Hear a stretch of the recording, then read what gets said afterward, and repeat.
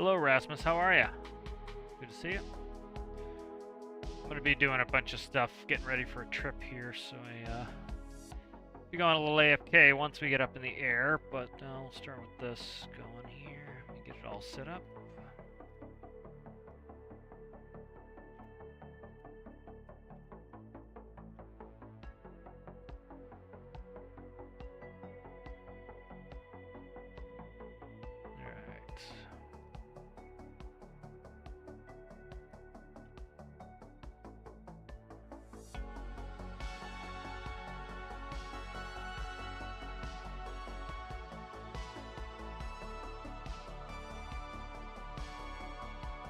Alright, let's get working on this. We're gonna go LaGuardia, CVG.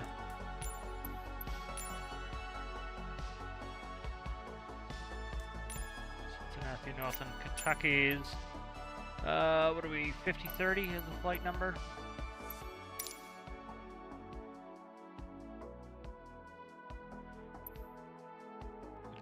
It's good. Weight balanced. 50%. Let's see. I gotta drag it to make that work.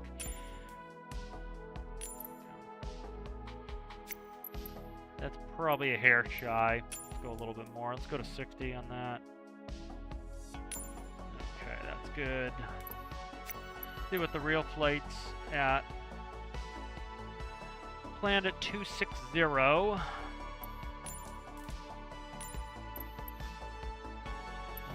see, 31. They go south. They went the south route. They went this route. Let's run that. Let's see what LaGuardia is actually shooting. Wait for LaGuardia to populate. Go nav log and put 260. And let's see, where are they going here? I don't see any departures. I can actually bring it up. Let me bring it up from AFB and see what they're actually shooting in LaGuardia. I'm doing well. I gotta do a bunch of stuff today. Oh, come on. Okay, there we go. Let's get my charts up here.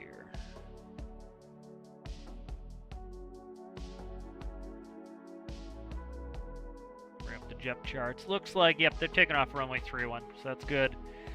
Let's see what gate this flight came out of. Flight came out of gate 95, so we'll do that.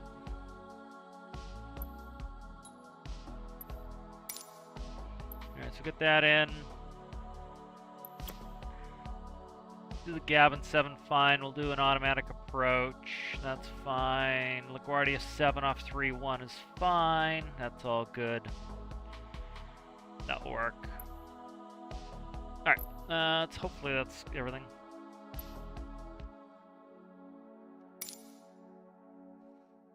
I'll make the flight here. We'll do CVG.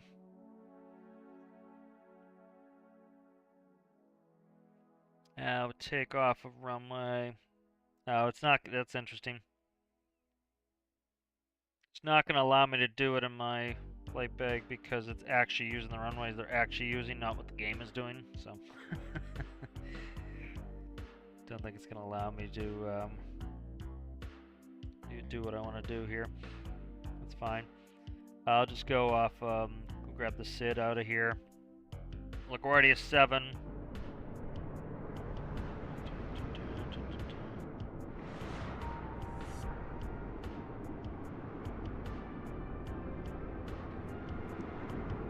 I can just read it off the chart here. Alright, so our runway 31 is going to be a climbing on a heading of 314 assigned, maintain 5,000 or assigned by ATC. That's good. Why are we not in full screen mode?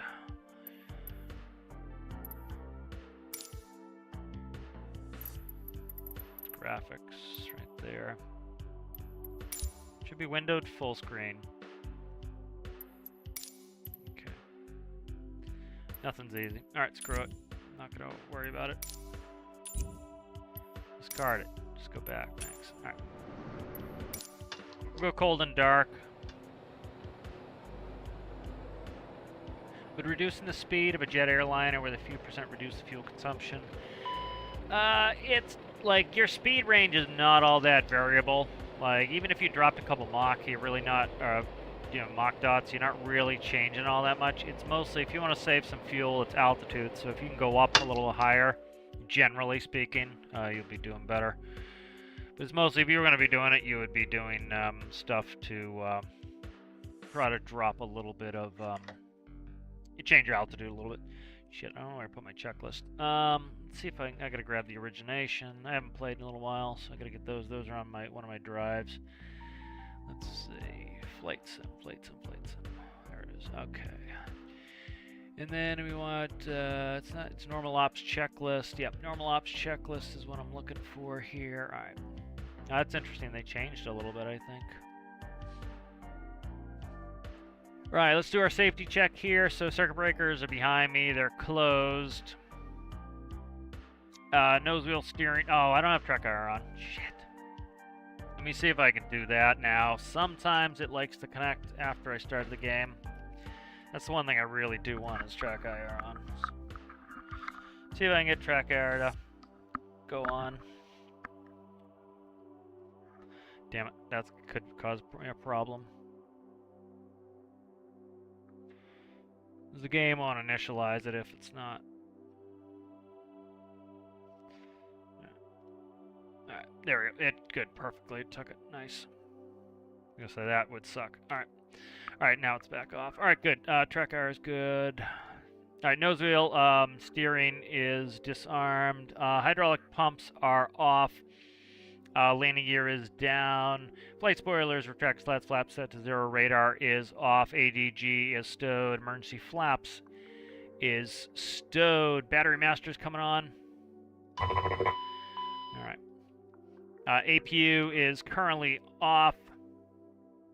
Let's go ahead into AC electrics. So let's go AC electrics. Let's check DC, make sure we have 22 volts. Let's go ahead and start the APU. APU should be in bite. SOV valve is open. APU door is now open. Symbology is up. Let's crank. Let's get the music down just a touch. Acknowledge master warning and caution. See where I can put this checklist not in the way. I think over to the right is probably better so I can see the stream. There we go.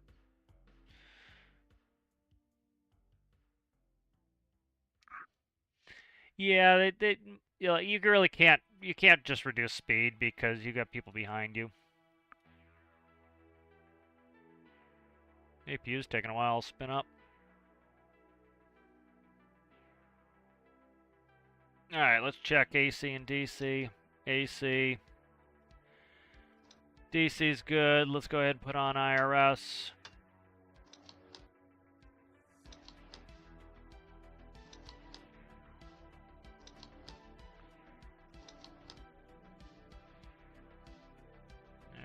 Back to status page here. IRS, emergency equipment is check gear and safety pins are good. Documents check. Hydraulic pump 3A is coming on.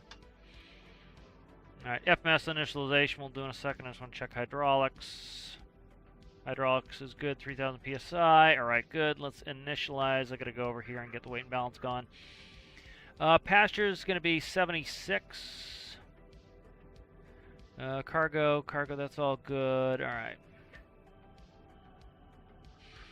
Alright, and I'm just gonna set all my V speeds. It's a pain in the ass. It's much easier in real life to spin them. It's a pain in the ass to do it with in-game, so I usually just don't do it. Alright, let's go ahead and get perf. So let's go position in it here. We're going to start at LiquidWards. Alright, next page. Grab, we're going to be flying from the left, so we'll grab GPS 1. That's good. Go to flight plan from LiquidWardia to CVG. No need for an alternate. Actually, we might need an alternate, but let me look. I'll actually look at the real weather Not that that really is going to tell me what's going on there. Let's check CVG's weather.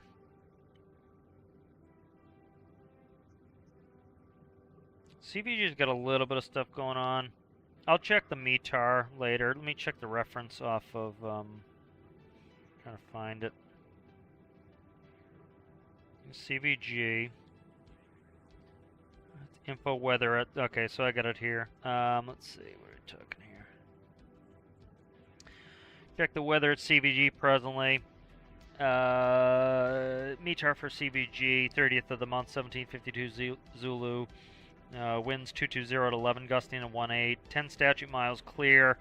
-1 degrees, dew points -12, altimeter's 3021 remark. Nothing in the remarks.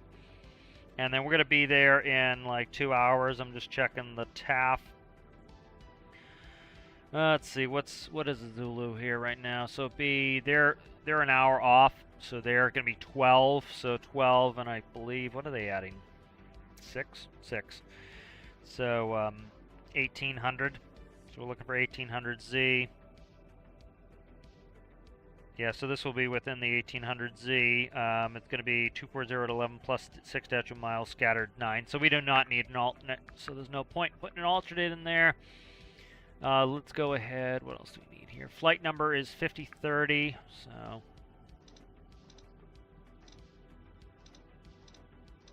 We do not need a takeoff alternate. We have plenty of viz here. All right, that's good. Execute that. All right, let's see. All right, let's see. Normally you grab this off the ACARS, but we have to do it manually, so 76 packs. We'd be on winter weights now because it is that time of year. The pasture weight should be higher. Let me see if I can change that in the performance window. It might be in the index. Use control GNS database maybe. No, I forget where it is, so I'm not going to worry about it right now. We'll leave the pasture weights. They should be 205 because it counts your personal item as well. I think it was, let's see, what's our cargo? 8, 9, 10, 11, 11, 12, 25, something like that. Fuel is 11,835. And then cruising altitude is going to be flight level 260. Alright, that's good, that's good, that's good. Alright, good. Let's go to, fortunately, Flight Sim is terrible at the flight planning. I'm hoping the new one is better, but who the hell knows? I doubt it. It's probably terrible still. Let's go ahead and we'll do departure arrival. We're going to be doing the KLGA 7 off of runway 31. And let's see, departure. LaGuardia 7 is just the heading, so we don't have any actual input. It's not going to put in any data after that. So let's go ahead and look at this. Let's see where that goes to. So we'll go to legs page. Let's see. And we're pretty much, that's off our heading. Then we're going to BWZ Park. Let's see if I can grab. Trying to see what airway this is on. I have Navigraph for another month, so I might as well grab Navigraph.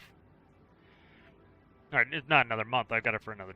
It's the end of the day, so go ahead and we'll grab Navigraph here, and I'll do that.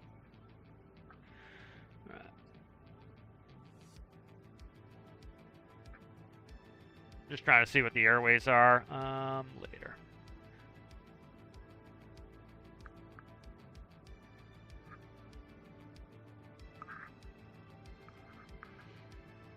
Let's see, we're going to be taking off runway 31. KLGA 7. We'll just leave it as we don't really need it anyway in that one. And then, because it's just a heading off LaGuardia 7, but we are going to BWZ, and then we're going all the way down to Collins. BWZ to Collins, essentially.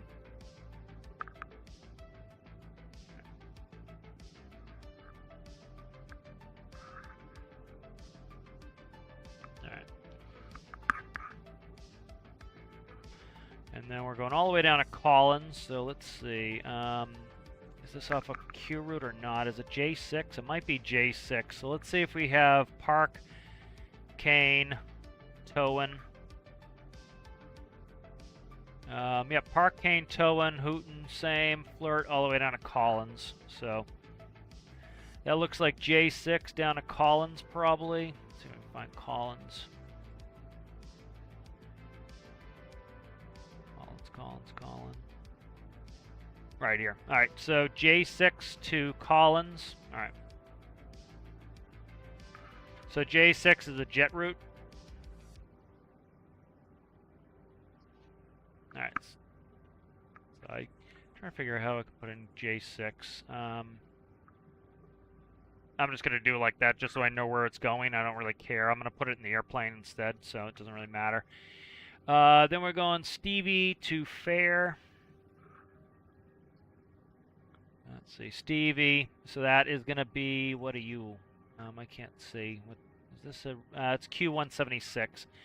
Q176 to Fair, which is that it right there? Is it Falmouth? FLM. Look. Now Stevie Fair, JBiz down to Borough. All right, Stevie Fair. I'll just put those in manually. Because, like, you would get a release and it would tell you the airway, so it's not as much of a pain in the ass to enter it is as Flight Sim is. Again, should be a sim, should kind of do its own thing and not be a pain in the ass, but that's not how Flight Sim does.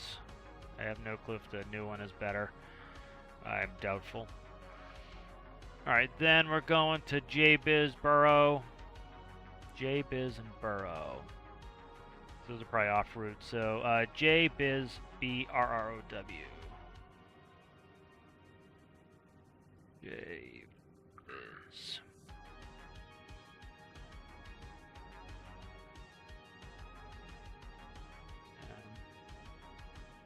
BRR, is it OW? Borough, yep. Borough. And then let's see what we get from there. And then that could be the start of the arrival right there. It probably is. Either that or Gavin. So let's look. I forget what it had me on. Let me see.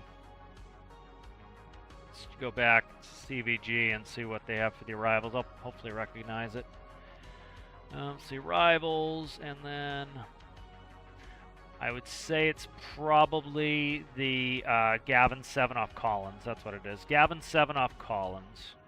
The Gavin 7 off Collins. That's it right there. All right, so there's our route. Yep. Okay, so Collins. So it's going to be... Yep. All right, good. So I got that. I can put all that in the plane. All right, good. We got that going. Alright, so let's start entering that in here. So first thing we're going to put in is we need to go to a leg. Actually, you know what we could do with flight plan? Let's go next. Let's go with direct there. So let's go, and then we're going to do BWZ, which is the VOR. So direct to BWZ. Alright, and then we want to go to flight plan, so we're going to go direct BWZ, and then we want to go, after that, we want to go via, what was the jet route? J6? J6, come on, give me J, when I click on it, thanks. J6 to, and then we want the Collins there, so where's Collins? COLNS. COLNS. So, like, your release would be, you know, it'd be LaGuardia 7, BWZ, J6, Collins, and then whatever it is from Collins right in. So I think Collins is the start. Collins, Gold 7, Collins transition. Pretty much that would be like your whole flight plan. It's not a lot you have to put in there. So that's Collins, and then, so that pretty much brings us all the way to Collins. Then we want to go departure arrival. Click it again to get arrival. We want to go to arrival at CVG. We want to do the Gavin 7 off Collins, and that pretty much fixes it. And then, I don't know what they're running there. Let's see what they're running for approaches. Let's check over in Navigraph, see what runways they're running in Navigraph. Yeah, I don't know what runways they're running in game. I'll put something. What's the wind again? Let's see, what's the weather there? Let's see, weather is, at the time of arrival, is going to be something in the neighborhood of 240. So we'll just put something in here. 240, ILS 27. It'll probably change, but that will have something in there for me. So let's go ahead and execute that. Okay, good.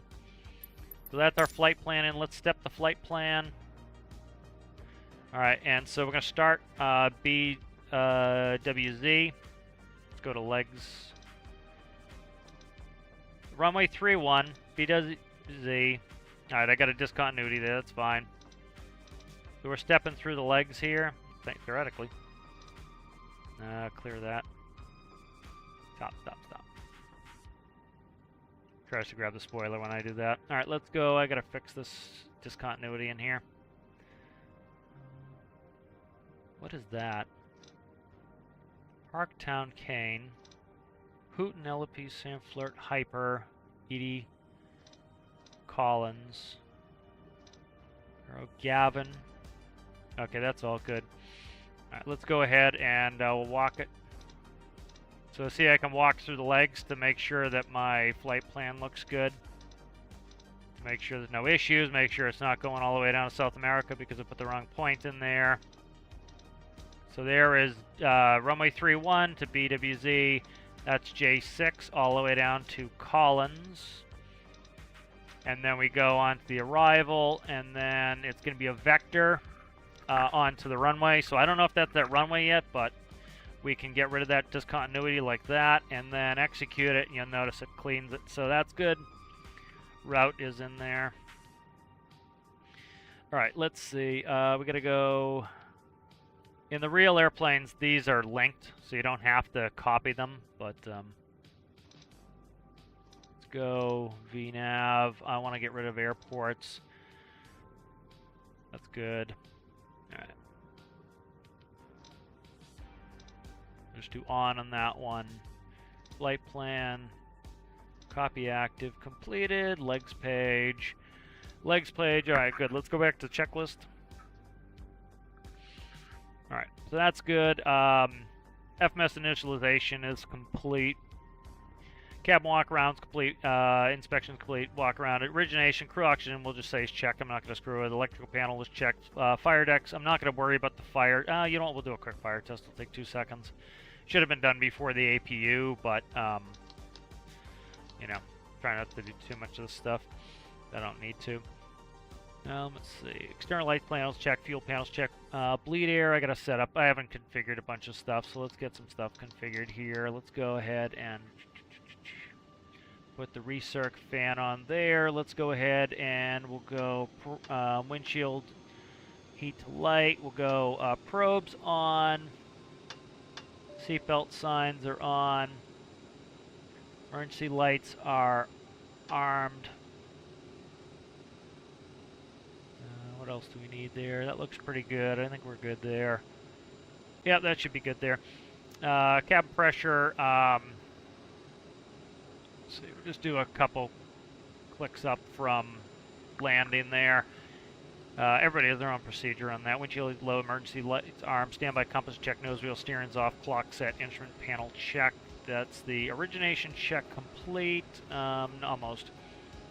Upper pedestals check, thrust lever quadrant check, avionics rating tuning, trims. We'll check the trims here real quick. Trim 6.8. Let's go to flight controls. 6.8. 6.8 on the trims. All right. Yaw dampers engaged. Yep.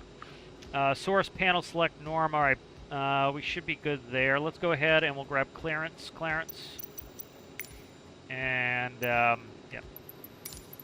grab ATIS too. LaGuardia Airport information, Kilo 1800 Zulu. Wind 263 at 10.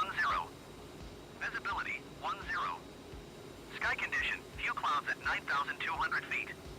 Temperature 4. Dew point 10. It's much easier to fly the real sim of the real airplane. This ILS because runway of 22 the in use. trim and Landing and visibility is departing better. runway 31.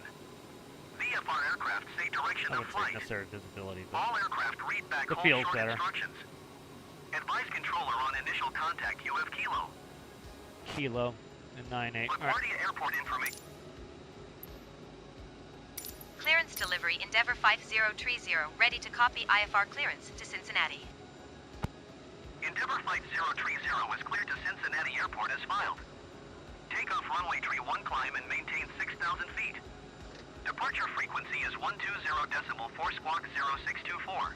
0624.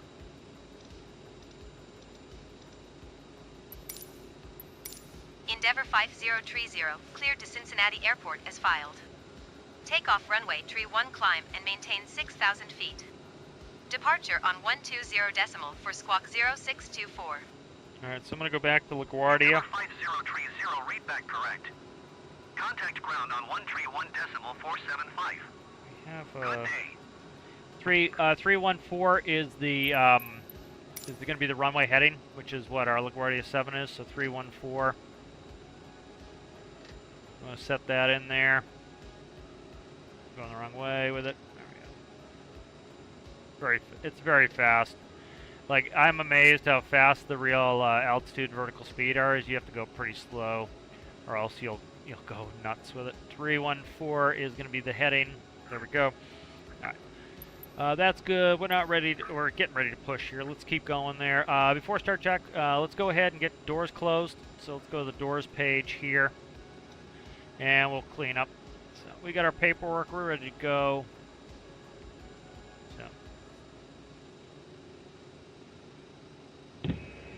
Captain, the cabin is secure. All passengers Alright, doors are aboard. closed. Ladies and gentlemen, on behalf of the cabin Alright, passenger crew, signs welcome are aboard. on landing elevation set. Altimeter's 2, 9 or 9 or 8.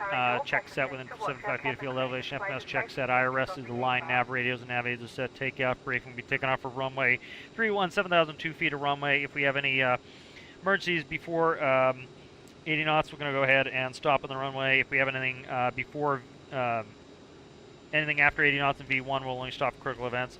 After V1, we'll go ahead and take it in the air, run some checklist, plan on probably right traffic, come back and land on runway 31. Takeoff briefing is complete. Alright, and so we're ready for a push now. Let's go ahead and I'm going to turn track IR back on. Let's put my EFB down. Alright, so let's see. Let's get track IR back on. Alright, there we go. Alright, wow. This is all screwed up here. Let me see if I can't get track IR fixed. Alright, I gotta re-establish track IR is funky. There we go. That should fix it. Alright, there we go. They're looking a little fisheye. Alright, good. So let's go ahead and we'll put on the beacon. Hydraulic set there. Alright, and let's go ahead and we'll ready to push. Ground I Endeavour didn't mean to do that. 5030, with Kilo ready to taxi IFR. I did not mean to do that. Endeavour 5030, taxi gotta go to see if I can go and hold back to short ground runway services. 31 using taxiway Zulu. Contact tower on 118. I think I can do a shift push. Shift P to get pushed. There we go. Yeah, he'll push me. So, Taxi we're and good. hold short runway 31 Brake using is taxiway off. Zulu Endeavour 5030. Asking if we're clear to start. He tells us we're clear to start. Spinning 1.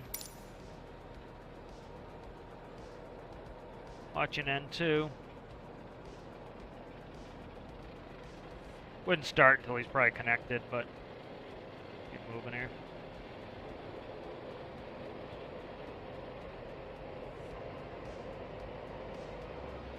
There's 20%. Flaps coming to 8. We'll taxi out on 2 engines, seeing that the runway's right there.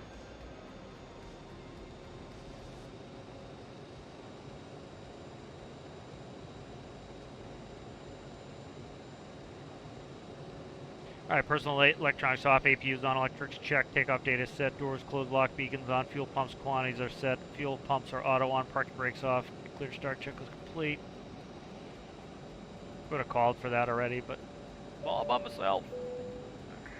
Ladies and gentlemen, please pay attention as we display the Stop safety him. features and procedures of the aircraft in case of an emergency. During an emergency, please remain in your seats with your seatbelts fastened and your I don't seats in know the how to upright stop him. position. Damn it. In case of a drop in cabin pressure, breathing masks will drop from the ceiling and should be placed over your head. If there is smoke in the cabin during the Ground evacuation Endeavour of the aircraft, 5030, the walkway requesting the end of emergency lights pushback. will display to the exits, which Alright, will one's allow up. 5030 request to end pushback Sorry, In two. case of an extreme emergency landing, you will be instructed to get into the brace position, which is executed by placing your head between your knees with your hands over your head. We would also like to remind you that you should turn off all electronic devices. We thank you There, for about paying 14% attention during this brief and two. presentation.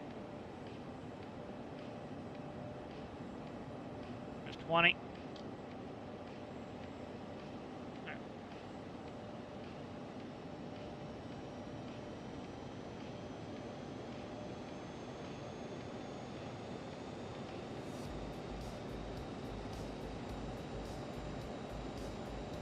Go ahead and stop the music here while I get us going.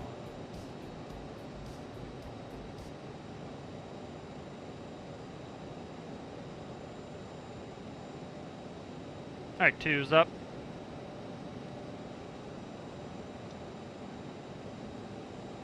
AC, DC, that's good. Hydraulics are all set. Alright, nose wheel steering's coming on. Status good. Right after generators are checked, electrics are checked, bleed valves are auto packs are on. APU is coming off. Stop the APU, close the door. Anti-ice going to be off for this takeoff. Nose wheel steering is armed after start checklist complete. All right, let's go ahead and do some of the taxi check while we're here. Let's go ahead and go to flight controls. All right, we'll do a flight control check. Okay, that's good. Thrust reversers are armed. Taxi check slats, flaps indicating 8. Flight control check trims are 6.8 and in the green. Thrust reverser armed. Flight instruments check. Brake temperatures are checked. Taxi checklist complete. We'll go to checklist page there. We should be good. Let's go. We're on before takeoff. All right, good. Let's go ahead, and we have already gotten taxi instruction. I forget what it was already at this point. Let's go ahead. I know where we're going, but I gotta. I know where we're going. We'll just do it. All right, good. And so we'll go. Let's see. All right, here we go. Ground Jazz 89er1 Heavy, requesting pushback. Jazz 89er1 Heavy pushback request accepted. All right, just taxiing at 3-1. It's right here. So. Hello, Sergeant. How are you?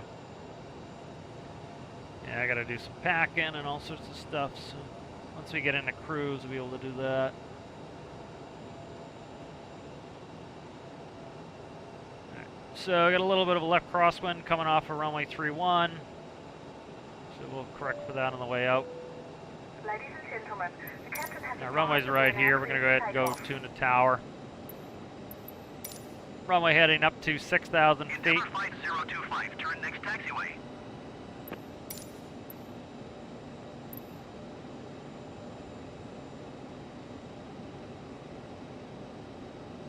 Alright, where's my takeoff before takeoff checklist? Next page. Alright, there we go. Alright, so you see those lead up dashes? Those are 150 feet until you get to the runway, and then we're at the hold short here, so. Tower Endeavour 5030, Right, ready cross for speed. IFR departure runway 31. Endeavour 5030, altimeter 29.908, wind 26 tree at 10. Cleared for takeoff, runway tree 1. Alright, clear for takeoff. Cleared for takeoff runway 31 Endeavour 5030. Alright, before takeoff checklist, light strobes are on, fuel cross float is manual, flight attendant's been advised, transponder is on, radar is going to be off, terrain's going to be off, crew alert, system cast, we're checking our, oh, I got to go back to status, come on, quickly. Crew messages are checked, we're all set to go, we're out of here. Alright, toga, and we're going. thrust set. Or I'd say set thrust, and then the FO would say thrust set. A little bit of a left cross here. 80 knots. Tower Jazz 8991 Heavy at runway tree 1 ready for departure IFR to Toronto. Jazz V1, 8991 rotate. Heavy, line up and wait. Positive rate, gear up. Line up and wait. I'd much Jazz prefer flying the real 8991 airplane than Heavy. this. Alright, there we go. Flex speed 200. Endeavour Flight 030, contact New York departure on 120.4. Good day. And heading. Can't see, is that heading? That's heading. 120 for Endeavour 5030. Goodbye. Alright, then 1,000 feet, flaps up. Jazz 8991 Heavy, altimeter 29.98. I'll put the autopilot on. At 10. Cleared for takeoff, runway tree 1. New York departure Endeavour 5030 is passing 2,200 feet, climbing 6,000 feet. Endeavour 5030 New York departure, altimeter climb checklist. 29.98. Radar contact, continue. Fuel cross was Endeavour up. 5030 traffic is 6 o'clock 3 miles at 200 feet, Airbus A20N. Yeah, I can't see him behind me. Report them in sight. Cross feed is auto, bleeds, and APU are set, thrust reverser off, CAS is New York departure, checked. Jazz 8991 Heavy is at 700 feet, climbing. There's a way I 5,000 clear my feet. messages, I have to do it. But Endeavour 5030 climb and maintain 14,000 feet. 14,000. Jazz 8991 Heavy, New I York get rid of departure, track altimeter IR2. 29.98. Radar Spin. contact, continue. Jazz 8991 Heavy, traffic is 12 o'clock 3 miles at 4,400 feet. Report them in sight. Climb and maintain 14,000 feet, Endeavour 5030. 14,000. Jazz 8991 Heavy, have the in sight. And we're speeding up Endeavour to 2 quick. 5030 climb and maintain flight level 180. 180. Climb and maintain flight level 180, Endeavour 5030.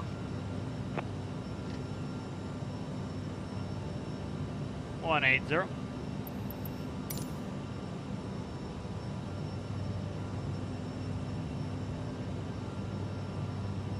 Climb checklist complete.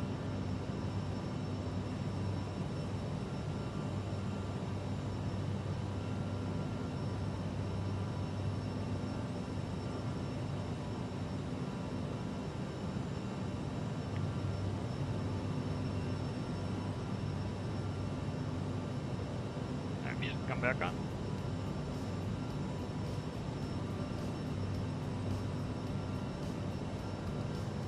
Just waiting for a turn on course here. They'll probably do a break. Jazz 8991 Heavy, climb they and do it. maintain 11,000 feet.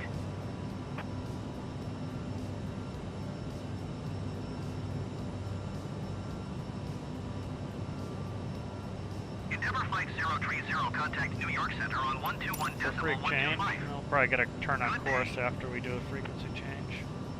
So the game likes to do 121.125, Endeavour 5030. Goodbye.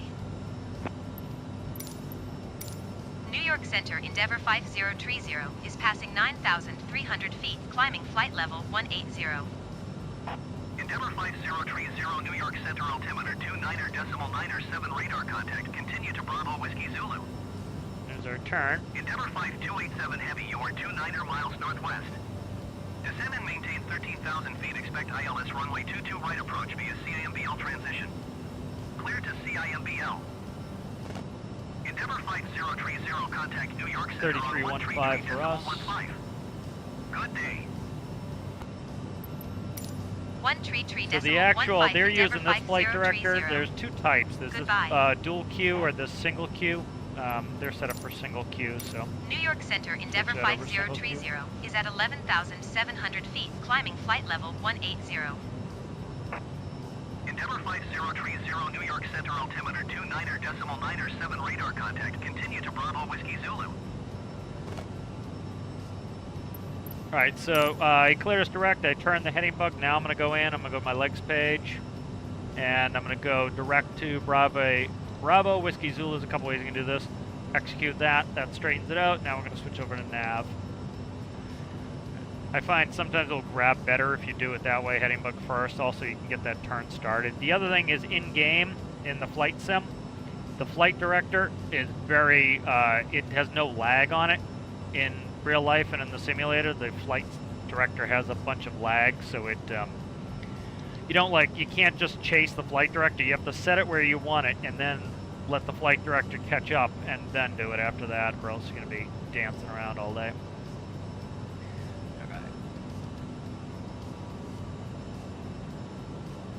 Go on my plate bag here and fix some stuff. CVG, we'll pick out the star. We'll be doing the Gavin 7. Pick up the Gavin 7 up. Go. Alright, nice. And then through 10,000 feet, which happened a little while ago, but it's alright. Drop the nose down, 290. You don't want to get in a coffin corner. 240, climb and maintain flight level 240. 240. Climb and maintain flight level 240, Endeavour 5030. 240. Yeah, if we climbed up at 250 or like 220 all the way up, we get to a point, if we, not at 260, but if we went up to a higher altitude, we get to a point where we would never accelerate. We'd be behind the power curve, and the only way to be able to accelerate again would be to descend. So we're not going to really have to worry about it with a flight level of 260, but air's dense enough, we'll have enough power, and we'll have enough lift on that. So that's done. What else was I doing? Doing something else. We're not through 180 yet, but 240 is in the window. Get ready to switch over the, we can do it. Switch over the barometers. If you do it too soon, they'll flash again at you. So just wait for the flash. That will tell us to switch them over at 180. There we go, flash. We'll switch it over there. Cessna 1 Lima Alpha, you are 19 Standard on that, and descend and maintain 2,900 feet. Expect vectors visual runway 28 approach. And I want to go to climb thrust. I should have done that a while ago. 030 traffic is 9 o'clock 4 miles at flight level 200 Airbus A20N. Right there. Report them in sight. Endeavour 5030, have the Airbus A20N in sight. A little bit of weather on the way, but not terrible. Descend and maintain Going into 2,900 CB. feet. No, that was Expect St. vectors Louis. visual St. runway Louis had 28 weather. I was going to approach. originally have us go to Cessna 1 St. Louis, but too long of a flight.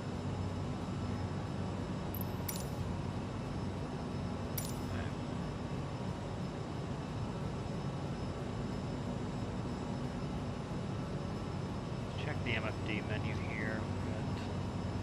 Go to comp.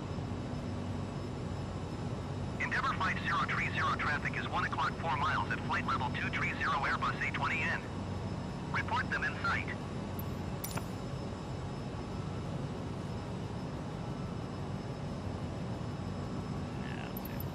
Endeavour 5030 traffic, not in You sight. can check for the traffic on the scope here.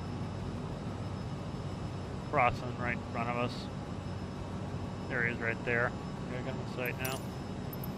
Endeavour here. 5030, have the traffic.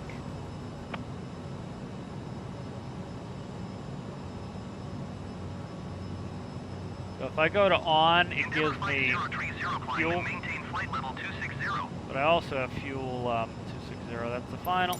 Climb and maintain flight level 260, Endeavour 5030. 260. Allegiant 1436 heavy traffic is 9 o'clock 1 miles at 17,300 feet Airbus A20N. Report them in sight. That gives me, if I do that, it shows me fuel. Also fuel there. That tells me what the fuel will be when we get there, too. JetBlue Go to 1812 nav. heavy New York Center altimeter 29.98 radar contact. Continue to PTRN. Brickyard 5829er heavy, you are 35 miles northwest. Descend and maintain 6,300 feet. Expect ILS runway 22 right approach via PTRN transition. Clear to PATRN. And the other thing, too, that's a little weird is Contact New York Center on 124 they're doing lights at 10,000, which I get why they're doing it now. It's just for better Climb and maintain 6,300 separation. feet. Expect ILS runway 22 right approach via PTRN transition. Clear to PTRN. I'm used to shutting lights off early because they're in the, the nose wheels in the wheel well but on this one the taxi lights are on the wing, so it makes sense. Like on the 145, I believe taxi light was on the nose wheel, so it shut itself off. That's 250 for 260.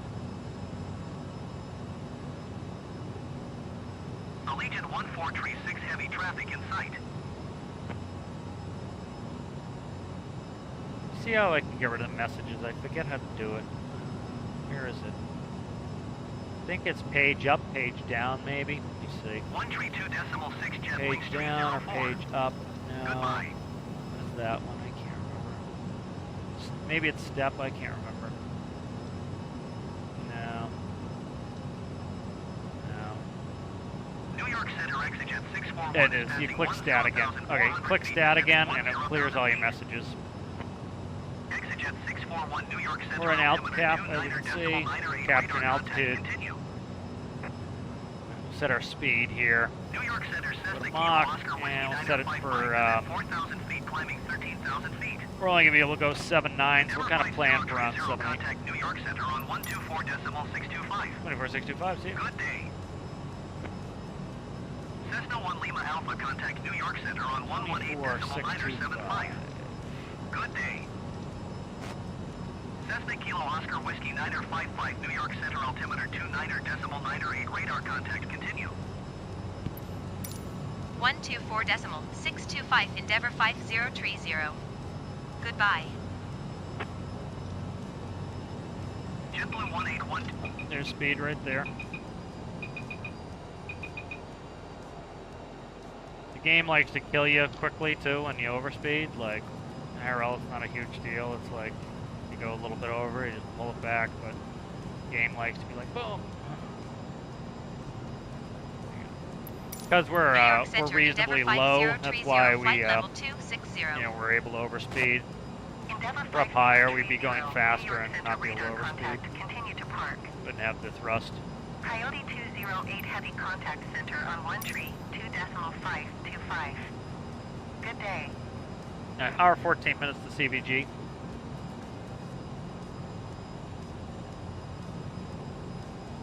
New York Center Endeavor 5089er heavy is at flight level 240. I wonder how to fix the heavy on there. None of these guys are heavies. So. Endeavor 5089er heavy New York Center radar contact continue.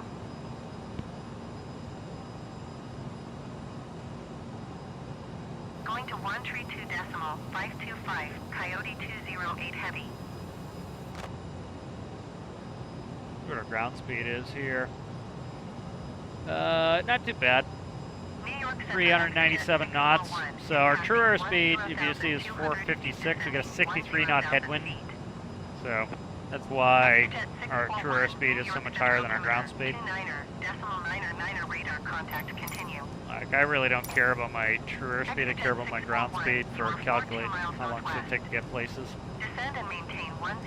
New York Center Coyote 208 heavy is passing 8,800 feet, climbing 13,000 feet.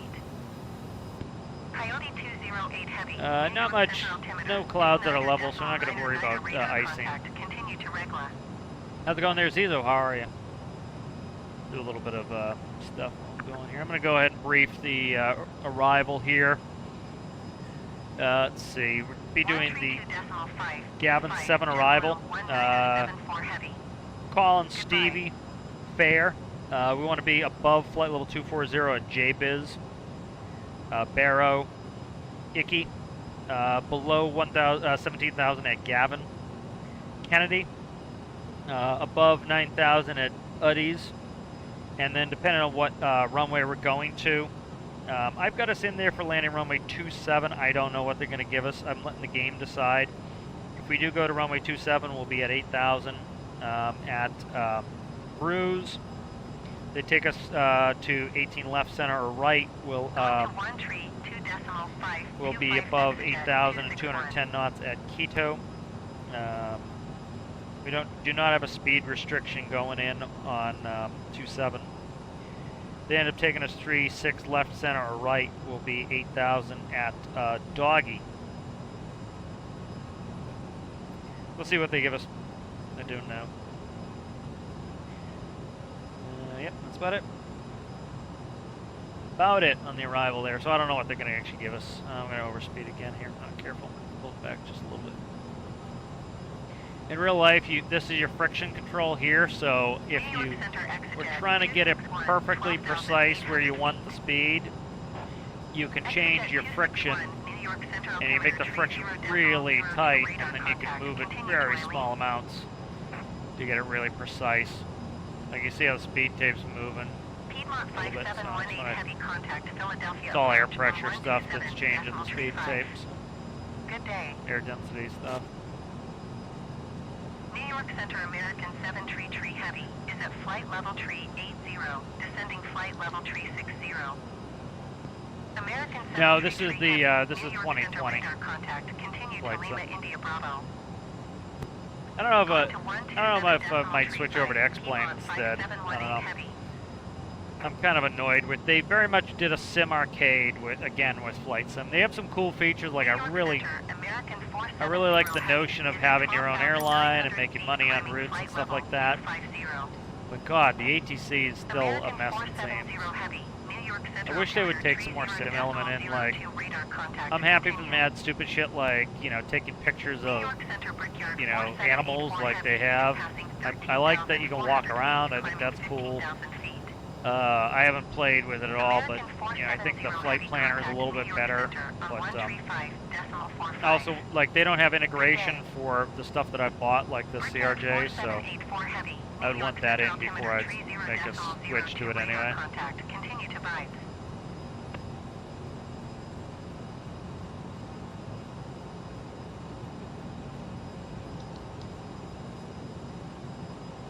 Alright, I'm going to just be bopping around the room getting some stuff done, and I'll just keep clicking on the ATC as it comes up.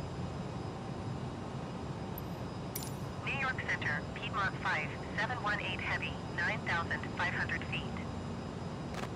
Piedmont 5, 718 Heavy, New York Center, altimeter 30.02 radar contact, continue to Minge. Piedmont 5718 Heavy contact Philadelphia approach on 127.35. Good day.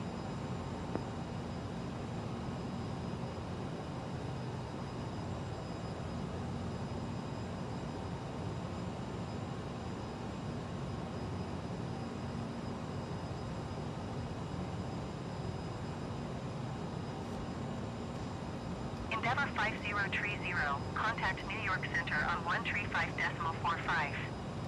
Good day.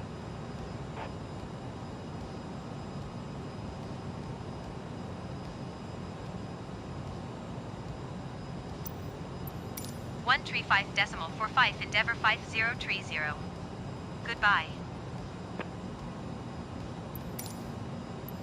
New York Center Endeavor 5030 flight level 260. Endeavor 5030, New York Center radar contact, continue to HOUTN.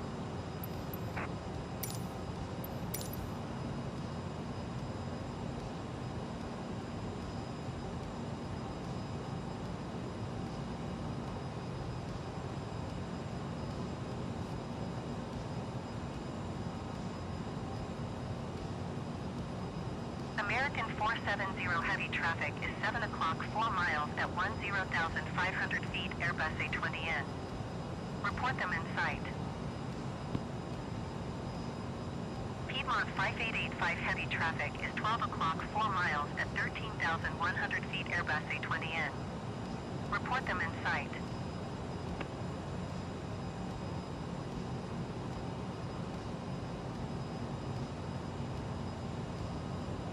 Piedmont 5885 Heavy have the traffic.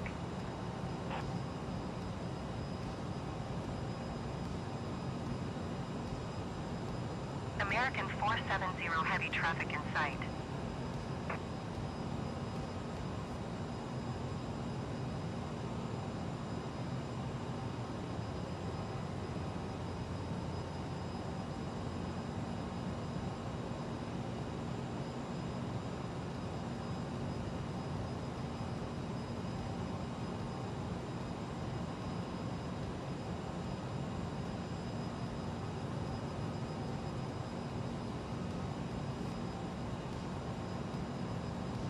American 470 Heavy contact New York Center on 124.625. Good day.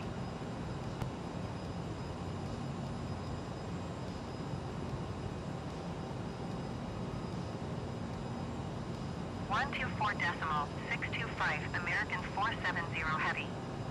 Goodbye.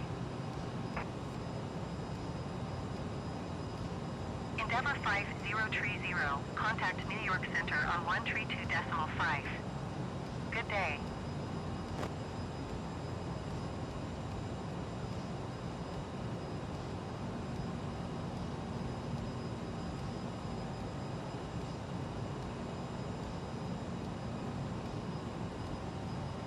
Piedmont 5885 Heavy contact New York Center on 124.625.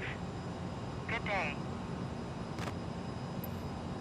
132.5 Endeavour 5030. Goodbye. Going to 124. New York Center Endeavour 5030 flight level 260. Endeavour 5030 New York Center radar contact. Continue to Lima Romeo Papa.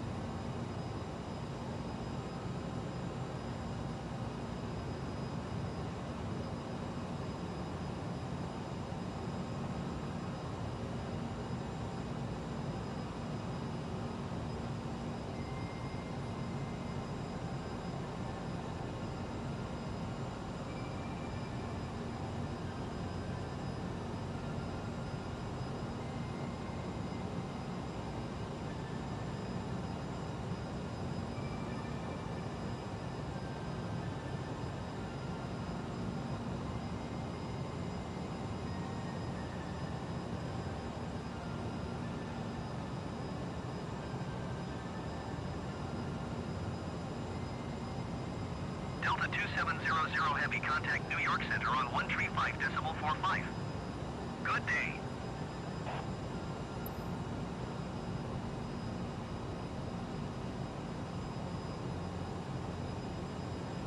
.45 Delta 2700 Heavy. Goodbye.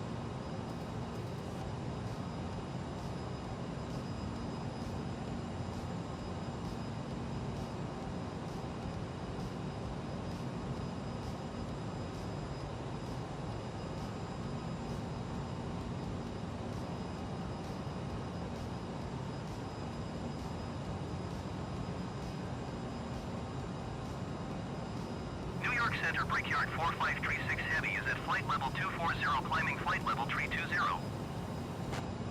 Brickyard 4536 Heavy, New York Center radar contact, continue. Endeavor 5030, contact New York Center on 132.2. Good day. 132.2 Endeavor 5030. Goodbye. New York Center Endeavor 5030, flight level 260. Endeavor 5030, New York Center radar contact. Continue to hyper.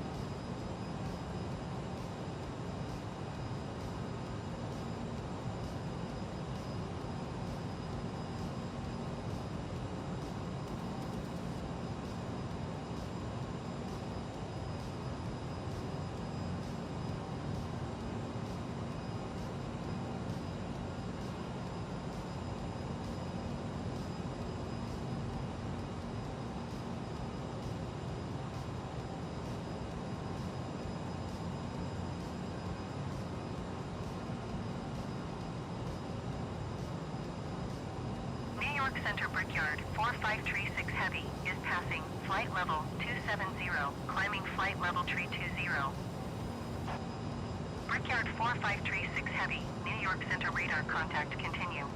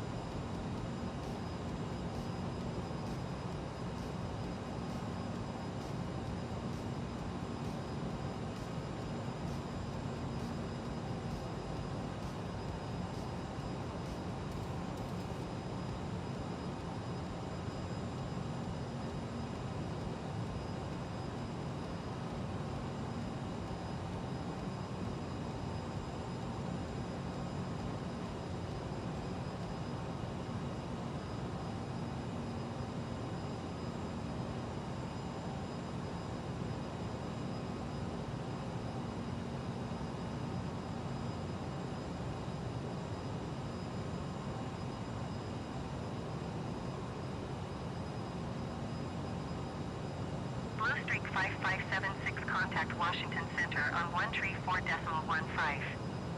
Good day.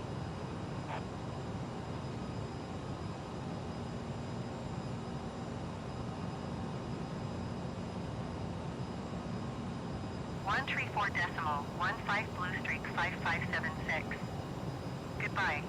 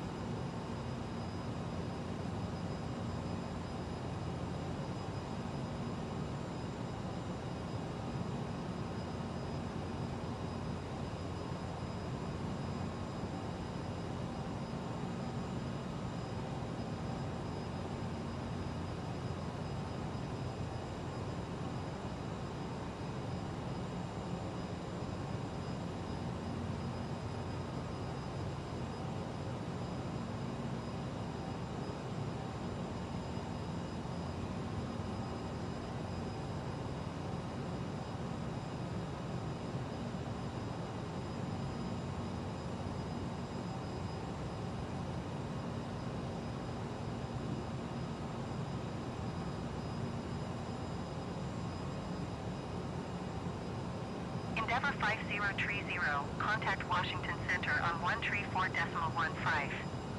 Good day.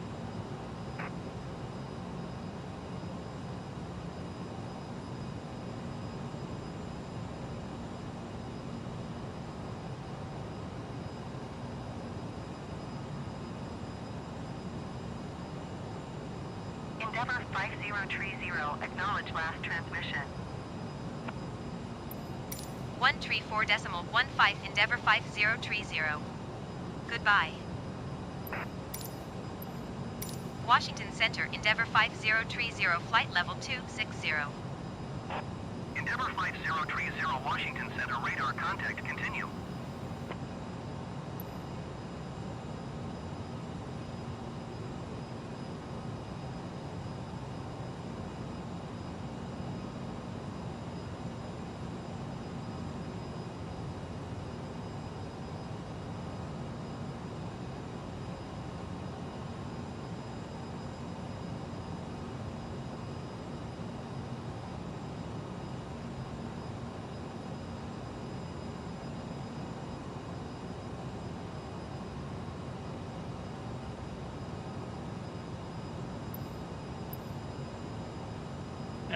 Southwest 1964 heavy contact Potomac Yeah, approach it's on you know it's gonna take some while for the game for Flight Sim to kind of get up to par anyway. But the problems too is I understand why they prioritize a lot of other things other than making it a sim. You know, they wanna bring in as big an audience as possible. The problem with that being that so they dumb down the sim elements, and I get it.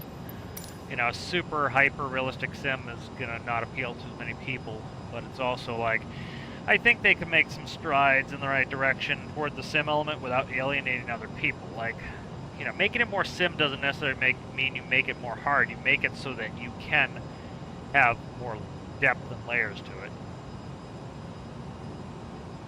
And it actually can make it more difficult for like people actually trying to learn real stuff from Flight Sim. You know, like the FA is is approved.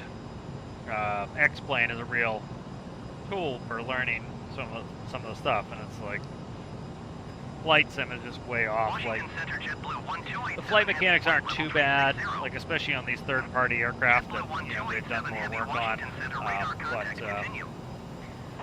some stuff's just silly the way that the game does. Like ATC is pretty abysmal, stuff like that. Where I wish they would have like spent some of that effort they did on putting animals in to make the ATC better, And like a lot of it's the way they code it in, and it's not terrible. Like for example, they have us when they do the frequency change out of New York. That's when they give me a turn-on course. That's fine, but like it should be able to read a star and see that you're supposed to be at this altitude, and so ATC should read the star and make sure they tell you to be at that altitude. It's really not hard.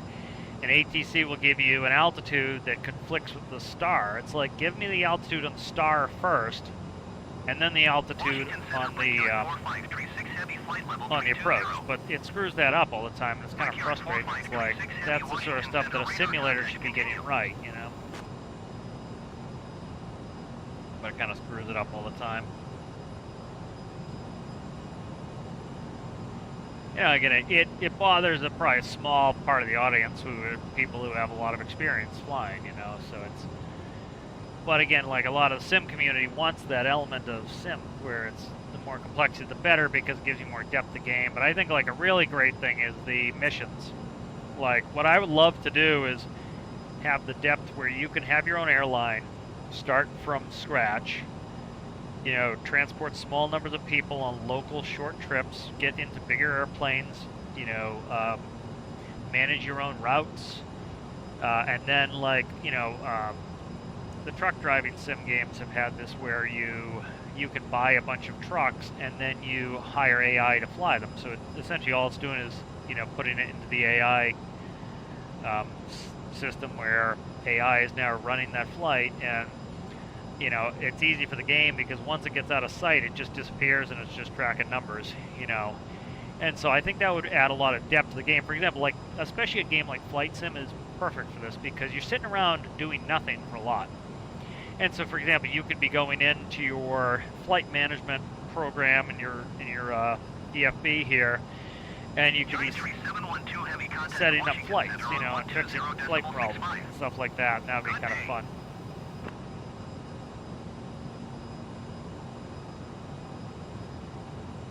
You know, and you could even make it almost like a mini game where, for example, like let's say you don't have time to boot up Flight Sim and do a 2-hour flight, but you have 25 minutes. Well, you go in 25 minutes and you could play with the management aspect and set up your flights for your airline and stuff like that, and solve problems with that. Like, you know, say you don't really have much gaming time during work days.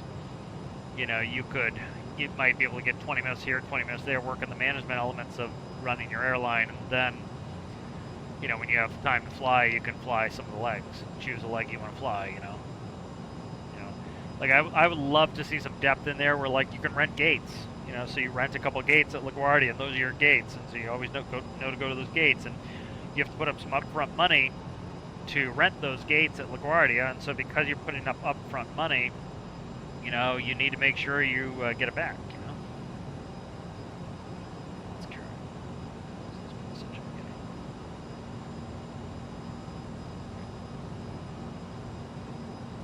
Tells me that I need an update on my AFB, and it says update is current.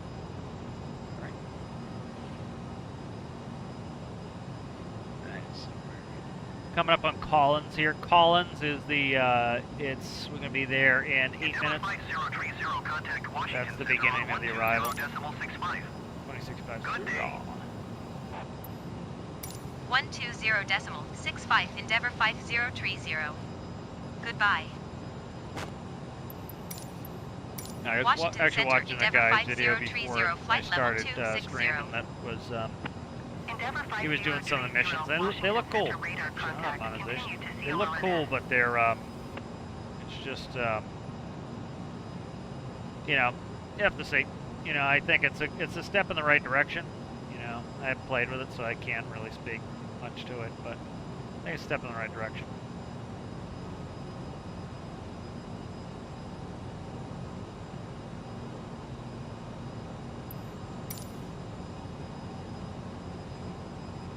You know, I think they can add to the sim element and not take away from the arcade element. That's the problem, is I think there are some games where they're mutually exclusive. I don't think that Flight Sim has to be that way.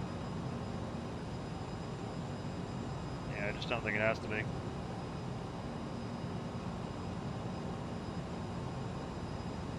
You know, it's also, that adds to part of the depth. So, like, say, for example, you're going to start off VFR flights in your little airline doing Cessna 172s, you buy, you know, you can put 3 passengers on board, so you're not making a ton of money, but your expenses aren't that much, and you're going to go, like, maybe 20-minute flights from airport to airport, and it's pretty minimal, right? And then, you know, if you're going to be doing longer flights, you're going to need to learn how to fly IFR, so the game can teach you a little bit of how to fly IFR, you know, and then once you get into, like, high altitude stuff, and you're starting to go into big airports, and you're starting to do arrival procedures, like, you could easily fly your airline and go into smaller airports that don't have SIDS and stars, you know, and make it easier for you. Like, I love SIDS and stars because there's no ambiguity. You know when you're going to be descending, you know what altitude you're going to be descending down. You know, a lot of people get intimidated by SIDS and stars. They're great because it tells you exactly what to do. You know, it tells you what all the procedure is going to be. It's great, you know.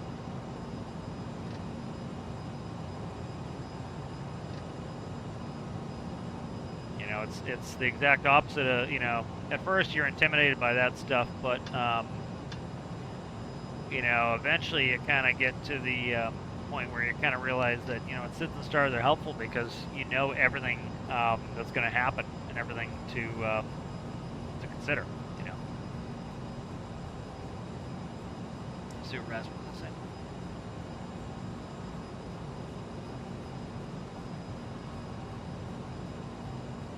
I think there have been a lot of games where you can still run a really good simulator and still, like, run the business end of it too. Like, you know, a bunch of the truck driving games have done this well, where, you know, truck driving, you don't have a lot of downtime, you know, even when you're on the highway going straight in a straight line, you still have to be driving. There's no autopilot, and so the thing where I think adding more management elements to this type of game is good because, like, literally you're sitting around doing, you know, you're monitoring the flight, but, you know, there's not much going on, so if you wanted to, like, you could open up your management screen and you could set up a couple flights for later in the day. Like, they have a bunch of those games where, like, you have to assign crew to that flight, you know, and so, like, I think that would be good for, like, kind of like almost like Tarkov, like cleaning your stashes. You might not be able to boot up Tarkov and run a raid because you don't have the time, but you could boot up Tarkov and clean your stash. So same type of thing with Flight Sim. Like if you went in and like you've got recurring flights going on for your airline in game, and you decide you want to you know, you've got 20 minutes that you can boot up your computer and do something. You get on there for 20 minutes and you assign crew to the flight for the rest of the week. So you assign all the crew members to the flight and bingo, that's done. You know, and you kind of have that in... Endeavor 5030. Did you hear my last transmission? 133.2. You know, so you kind of have that stuff in the truck driving games where you have to hire a driver and then you have to assign that driver to routes and you get to pick the routes. Washington you know, Center, and you have to, Endeavor 5030, you know, some of the money's taken for payroll, you know. Endeavor 5030 Washington Center radar contact. Continue to COLNS. You know, but like, Endeavor 5030 contact Washington Center on they happily added, like, you know, in the new Flight Sim, like, you're going to go take pictures of Going to antelope. 133.65, You know, Endeavor it's 5030. like, that, I would say it's much more in tune with what a Flight Sim would be to run the actual Washington business of Center, it than Endeavor to go take 5030, pictures flight of level antelope. 260.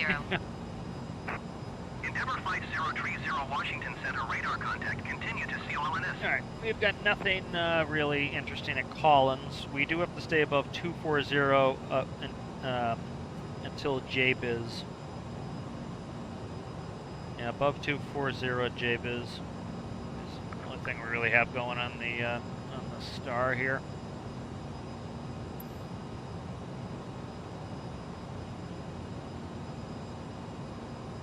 You know, like, it doesn't have to be super in-depth, but like, for example, I think a big part of like what makes these types of games fun is the ability to, for example, buy the airplane. You know, so like in the new Flight Sim, like I just watched a little bit of a guy doing it, like he could buy a Cessna 172. Like, so first you start out and you just do jobs. So you have to get your ratings, which is kind of cool. I would like to be able to say that skip ahead because that's like, I already know all that stuff. I don't want to have to go through the rating process, but like he was doing jobs for other people. So like he did a VIP transport and a TBM. And so he was doing that to make money. And then he could buy his own Cessna 172 to do an airline, but he's going to wait until he gets a 208 Caravan and do some cargo. That's awesome, being able to buy planes. I think that gives you a real sense of progression. Like, this game, like, I don't have much sense of progression. I'm always the employee flying on the jet, which is fine.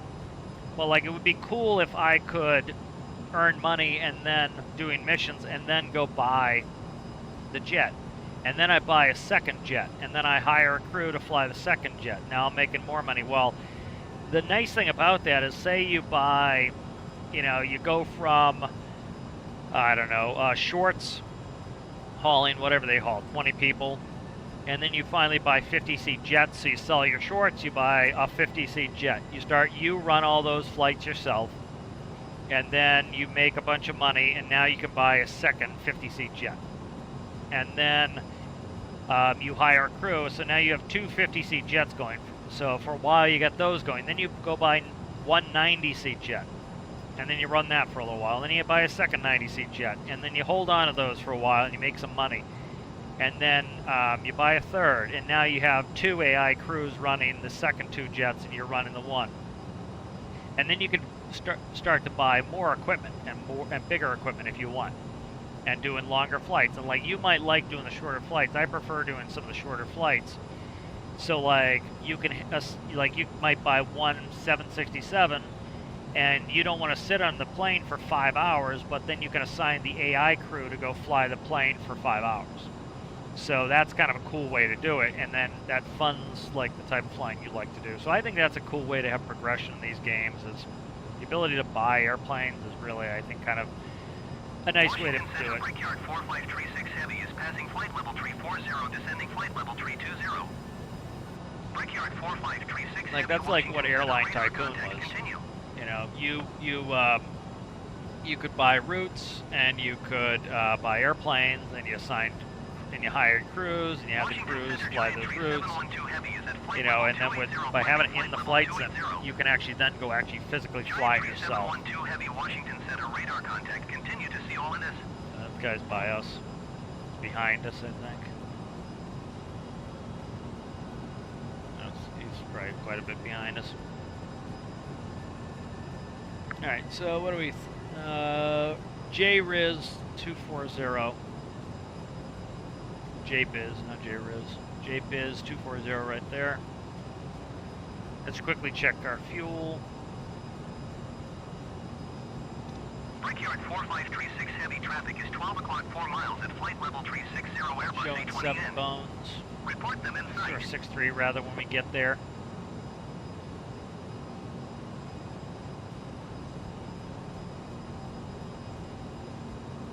Brickyard 4536 Heavy traffic in sight.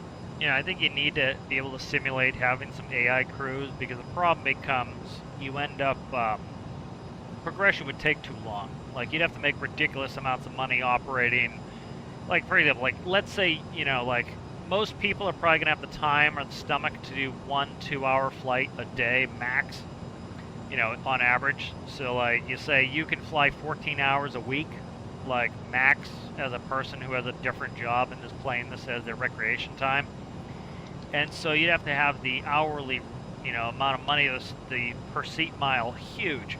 Where, for example, if you can run the airline where you have a bunch of AI crews, and even when the game's not booted up, they're running the flights.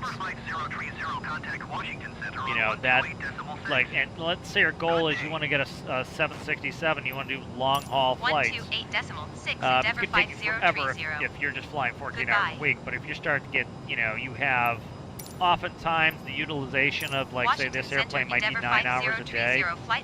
Well, you're not going to fly 9 hours a day, even if you didn't have a job, right? In flight sim.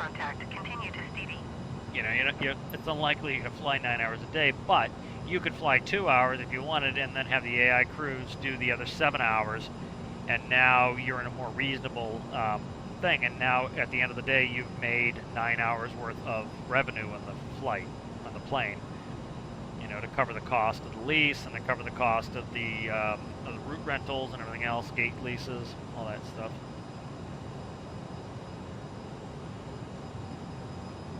You know, I think it's cool to have elements of games where you check in just to, like, do the busy work. You know, like managing fuel and hedging some fuel and repairs, and, like, you schedule, okay, this plane's got to go down for repairs, so we got to move this plane over here onto that route to cover the flying. Or we're going to take a penalty for, you know, we have to cancel flight. We have to refund all those tickets, you know, stuff like that.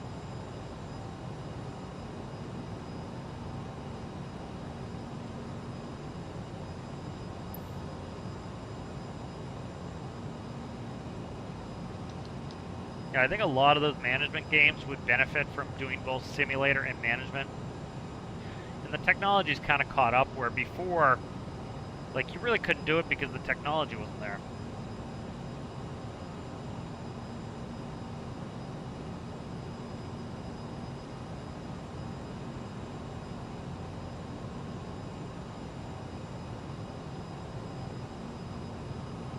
You know, now the technology's there. So, like, there were a bunch of games I really loved as a kid that, like, for example, like Derail Valley is fantastic now with the ability to do first-person trains. Like, before that was, like, not possible. You had to like, you just had management games where like you bought a little train, it was little pixels on your screen, and they moved around. You know, now you could do both the management side of it and also do the operation side, which is cool.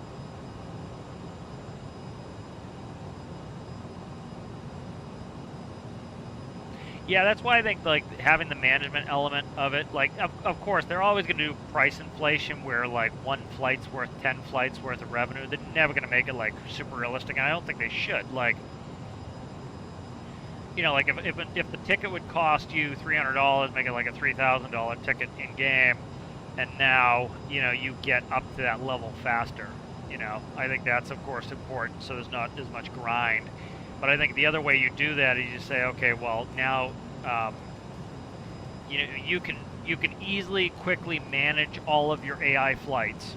So like, you do your one flight. So I do, you know, LaGuardia to CVG, and then it's planned from CVG back to JFK, then to Toronto, and then back to JFK, and then to Montreal, and the plane's done for the night. And so you want to fly just the CVG route. So if you fly the CVG route, you don't have to pay a crew, and then the crew gets picked up in CVG, and then you, as the actual person playing the simulator, gets off. And so what you do before you leave is you make sure, you know, all your flights have assigned crews, and that's it. And then it simulates itself in the background. And so, you know, instead of doing $3,000 per seat, it's now $300 again per seat, but the game is now simulating as though it's working 9 hours a day, you know.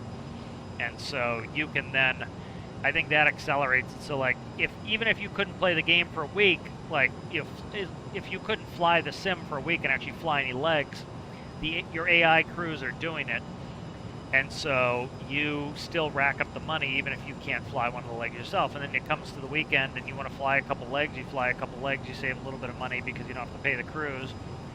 And then, you know, at the end of the week, you've made whatever it is, enough money to maybe get another jet, you know. So I think that's a good way to do it. All right, what are we coming up on now? I'm going to zoom in, I can't see.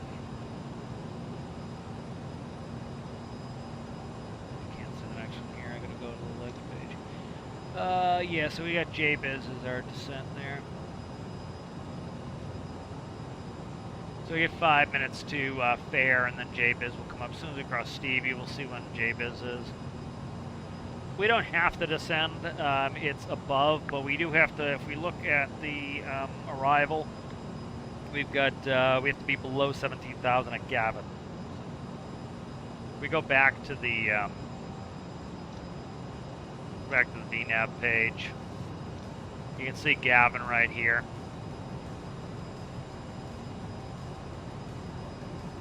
So 23 minutes to top of descent. 146 to, so top of descent, 23 minutes, 146 nautical miles, descent Gavin, so that we can cross Gavin at 17. So we'll put the banana bar is that pink bar. I don't know if we get the snowflake in game or not for the some of the RNAV stuff or not.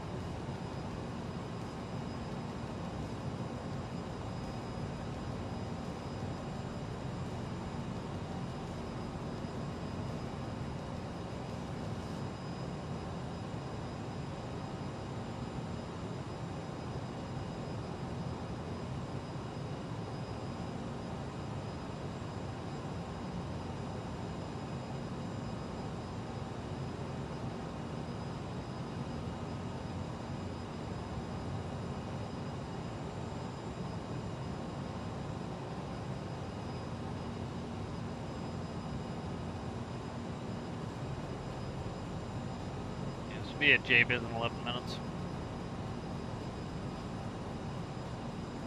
CVG in 36 minutes.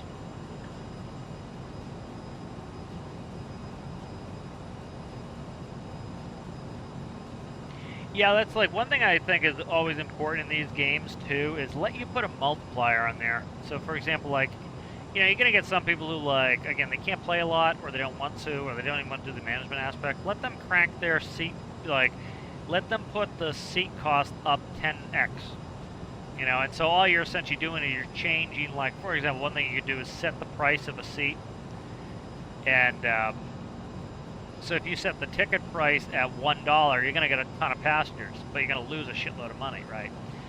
And so then let's say you put on the multiplier, and so, like, if passengers, the most they'll pay for the seat is $1,000. If you put the seat at $1,000, you might get 30% utilization, where only 30% of the plane is full. 5030 contact Indianapolis Center on 125.55. Good day. But what you would have is you'd have the ability to do a slider where if you, like, wanted to make money faster and get the new shiny jet faster, like Rasmus was talking about, you then move the slider, and so if you move the slider up to 10 on difficulty, or you move it down from 10 down to 1, it would now be that people are willing to pay, instead of $1,000 a ticket, they're willing to pay $10,000 a ticket and get 30% utilization. And then you want 100% utilization, you drag it down, now it's $7,000 a ticket. And so the money would be way inflated, but you've set the game up the way you want to play it. And I think that's always a smart way to do it, so people can play how they want. Like, if they want to get to 767 very quickly, they would move the difficulty all the way down to a 1, and if they find it's too grindy, they move the difficulty more towards 1. If they find they're making money too easily, they drag it off to the right toward 10, and that way you can really kind of tune it in to where you like it. How's it going there, Owl? Good to see you. You know, I think that's always smart to put in games, let people kind of customize it a little bit, you know.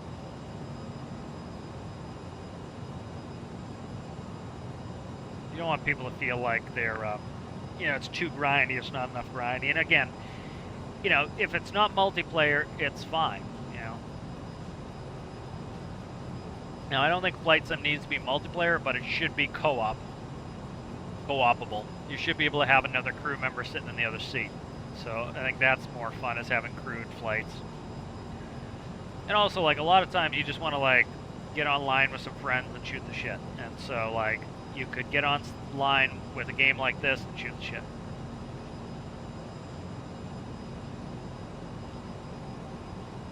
Yeah, that's the problem with, yeah, like Rasmus talking about SnowRunner, like a new truck's 200 grand, and it was like 30 to 60 minute mission gave you like 5 to 10K.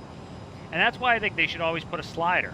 So, like, for example, so like Rasmus's, you know, example there, 200K for an hour.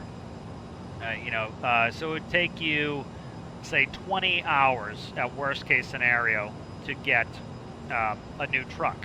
So you have to do 20 hours of work to get a new truck. And so that's, if you think that's excessive, and you think it's 10 times as excessive, you would move the difficulty slider, or the cost, or the price slider, from 5, let's say it's at 10, right? That's at 10. You slide it down to 1, and now it takes you 2 hours to get a new truck. I think that's reasonable. You know, so that's why I think they should always have a slider like that. You know, so same thing with an airplane. Let's say it's a $20 million airplane, and it's going to take you 20 hours to get a new airplane. That might be too ridiculous to you, so you drag the slider down to 1, and now it takes you 2 hours to get a new airplane. You know, and I think that's a good way to do it. Then as you start getting a ton of airplanes in your airline, and it becomes unmanageable because you have to set up all these flights, you say, okay, well, you know what I'll do? I'll drag the slider because I don't need all this extra cash, you know. You make it a little bit more difficult.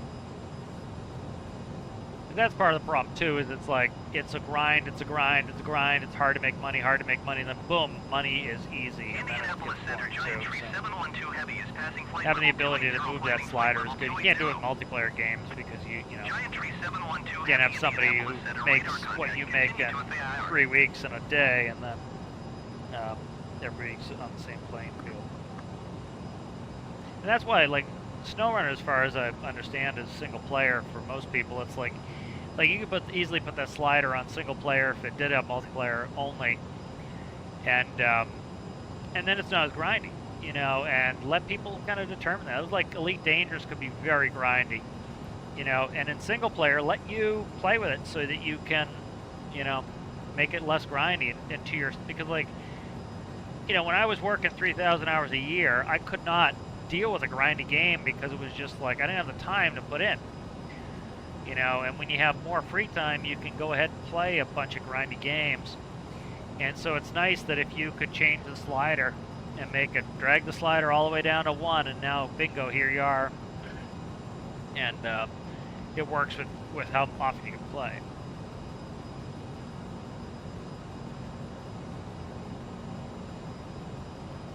Just watching the stab trim here. Look at how close to full nose down trim we have. What's our weight? Oh Jesus! Look at how far forward our CG is. They're pretty far forward CG. Yeah, that's why we've got such like looking at the trim there. See how it's almost at max deflection there. Interesting. Endeavor Flight 030, contact Indianapolis Center on 127.4. Good day. Yeah, that was, I think, 127 decimal for Endeavor Elite did a great way of 5030. doing it with, Goodbye. you could play Elite completely single player if you wanted. I Indianapolis wish Center, Endeavor 5030, they, of course, that was flight one of the level promises 260. in Star Citizen that they reneged on, was that you would be able to you'd be able to play single player.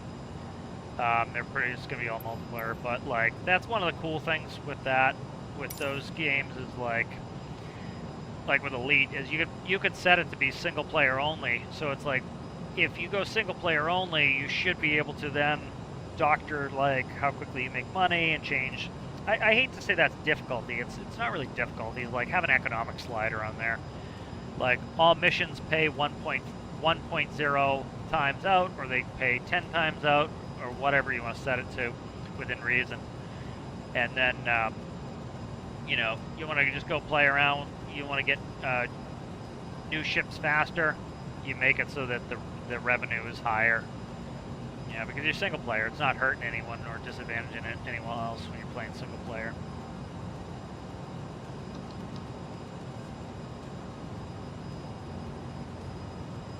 Yeah, I wonder why the CG is so far out here.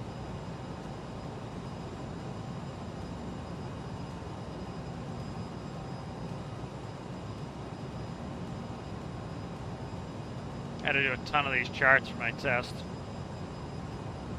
So here's your weight, and that's your CG and percent Mach. And then you have flight only envelopes, landing, flight only, and the aft section, max takeoff weight, max landing weight. So we're below max landing weight, so we can land fine with this. And then your max zero fuel weight is the max you can be before you add any fuel to it. I wonder why we're CG so off on this. Forward cargo's not too bad. Fuel is not terrible. Yeah, I don't know what the deal is with that.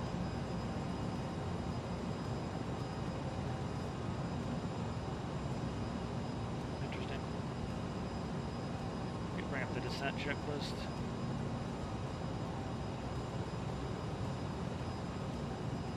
Indianapolis Center Giant Tree 712 Heavy is at flight level 275, climbing flight level 280. Giant Tree 712 Yeah, that's Heavy, probably why they Indianapolis Center do some of radar that stuff contact, too, is continue to biz.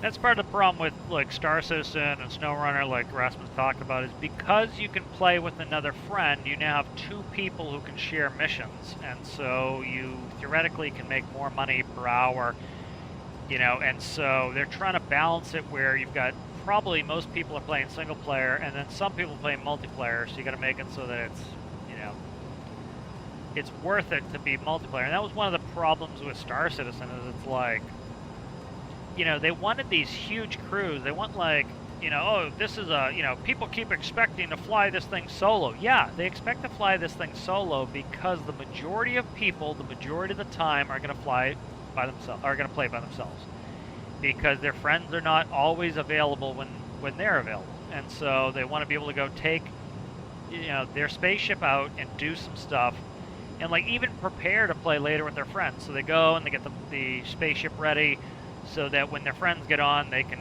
go do stuff together, you know. And maybe their friend doesn't like to do a certain type of gameplay, so they have to play solo. And it's like they want the ship they want, and like Star Citizen's like, oh, we'll give you AI crews. Yeah, what century are you going to do that? Where it's like, you know, just kind of play it off as like, yeah, there's some automation, you can operate it yourself, you know. It's like, I'm flying this jet by myself. It's required to have 2 pilots. You know, it's a hell of a lot better flying this plane with 2 pilots than to fly it with a single pilot. You know, the workload's too much. That's why in real life there's 2 of you in there. And there should always be 2 of you in there.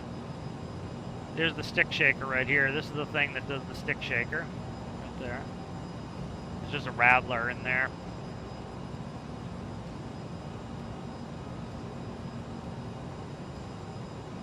I don't know why they just don't put another EFB over here. Just be another EFB right there. Is that an ACARS printer on that side?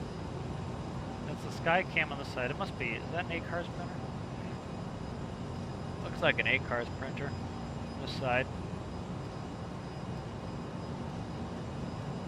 Yeah, I don't see an ACARS printer on the main panel here, so I wonder if that's the ACARS printer over on the FO side.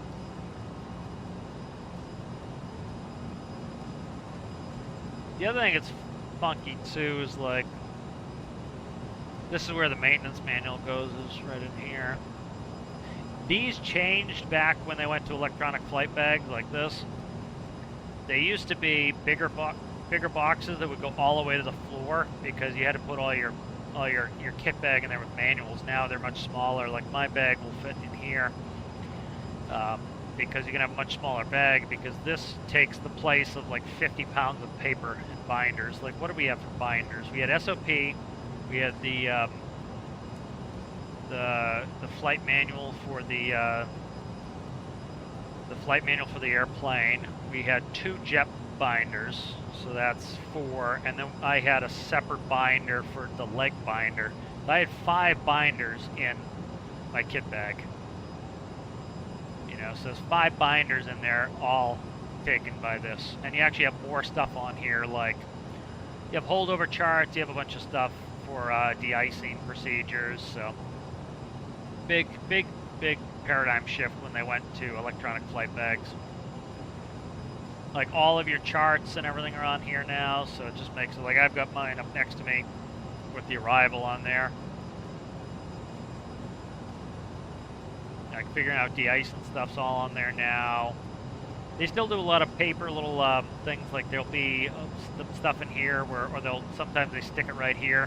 It's a little 3-ring binder, so for example, when I'm doing my approach speeds, I can either come in performance here, and you've got, for landing, V2GA, VT there, and then VREF is the main one that I'm going to pay attention to. So you can go set those in, like you go to ref speeds, and then you click through them. But like you can, we would quickly look and you'd see what your landing weight's going to be. So you could go to the perf page.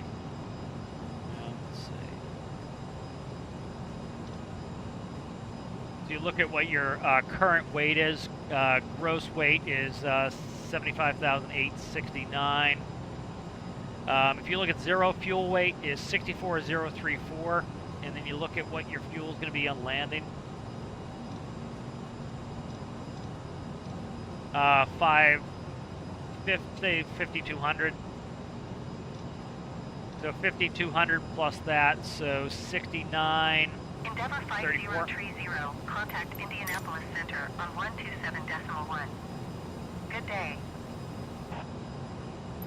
6934, and then you would be able to put the speeds, and I gotta see if I can put speeds in here. I might be able to. Indianapolis Center, Endeavour 5030, flight level 260. Let's see. Endeavour 5030 Indianapolis Center, radar contact. Continue to BRROW.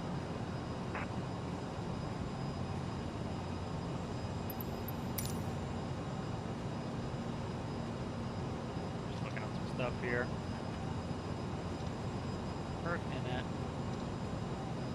VNAV setup. Looking. So these are just target airspeeds, and then you have transition altitude, depending on different countries. Indianapolis Center, United 2087 Heavy is passing flight level 365, descending flight level 350. United 2087 Heavy, Indianapolis Center, radar contact. Continue.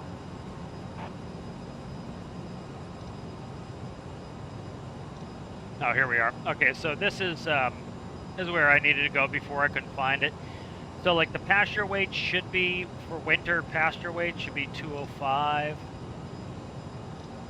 Like that, and that will, so when it will take that weight and it'll multiply it by the number of passengers you put in. So when you put in passenger counts, you just put in 76 passengers if that's what you have, and then it will multiply it by the passenger weight to give you what the weight of your passenger is going to be.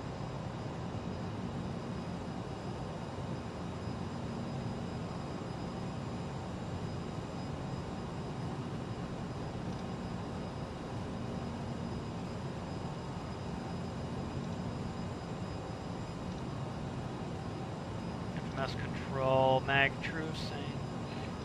Albert 64 Heavy, contact Indianapolis Center on 124.225. Good day. IRS.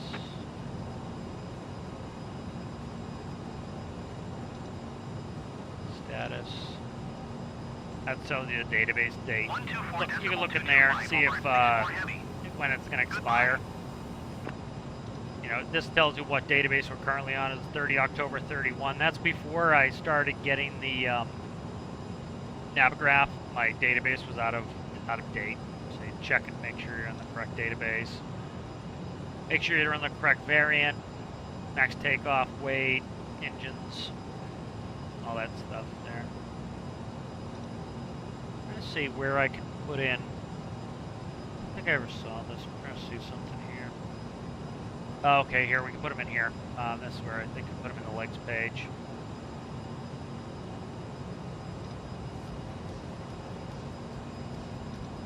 Put in speeds here. I forget how to do it though, so I don't want to screw with it too much. Put some of those speeds in there. Alright, coming up on top of descent here for the 17,000, so they should give us that pretty soon.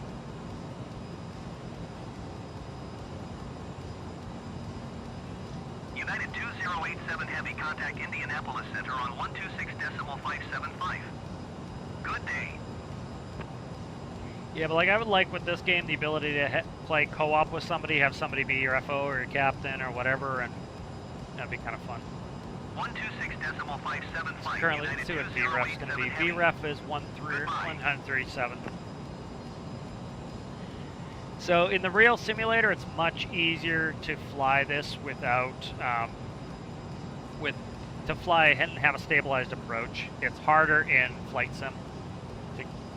You know, that's why I always get that, the GPWS that goes pull up, or sync rate.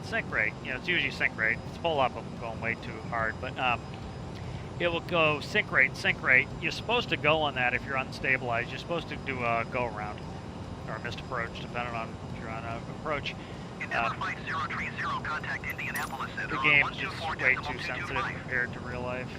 Like you have a lot more resource. Like you can feel the airplane. 124.225 Endeavour 5030.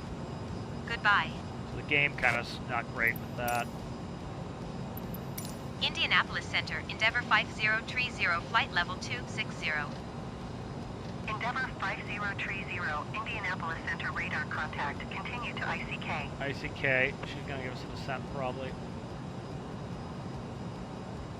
Maybe not yet. She might wait to the top of descent to do it. Again, you know, it's some programmer who's been told when to give these things.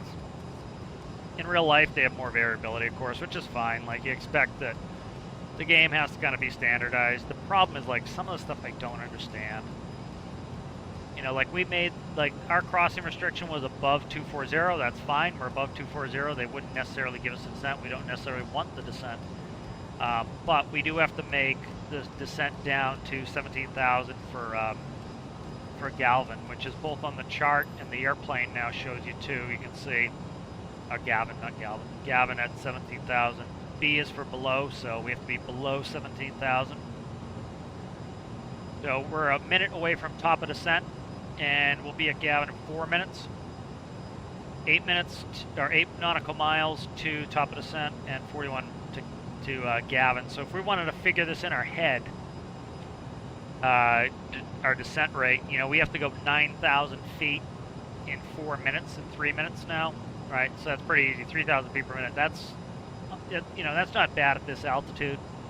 Once we get below 10,000, we really don't want to be descending that fast. Endeavour 5030, descend and maintain 14,000 feet. See, like, I don't know why she's, well, she could give us lower, that's fine. It's just a little weird. I don't know why the game does that. Descend and Just, it maintain kills 14,000 predictability, feet. so like if you're trying to learn this, 5030. that kind of kills predictability a little bit. Alright, so power back a little bit. Vertical speeds, already figured we need at least 9,000, or at least 3,000 feet per minute to get the 9,000. So pulling the power back does help. It's getting rid of some energy. So there is 3,000 feet per minute. So doing that math quickly in my head helps. And this is called the banana bar, this this pink bar here. And so what we can do is I'm going to push the speed back up. And so I've got my rate set in that I want about 3,000 feet per minute. And as I push the power up, see where the banana bar goes? It's going closer to Gavin. Alright, so now I'm going to just push that speed back up as high as I can. It's also nice to pull the power back a little bit when you're going to nose over so you don't launch the passengers. And then I can bring back the vertical speed a little bit. And I'm going to get that banana bar right by Gavin. Again, this helps us save fuel. And here's the snowflake. See the snowflake? That will help us keep the appropriate descent rate to make the crossing restriction without, you know, so we don't have to do level offs all the time. That's for fuel savings. So you see the snowflake?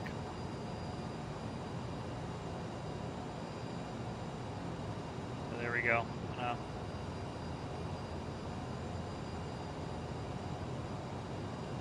So the other thing too is if you look, you know, I'm aiming the banana bar at Gavin, but that's for 14,000. That's not for 17. So what I want to do is I'm going to keep bringing my nose up, and I'm going to match the banana bar. I'm going to match the snowflake.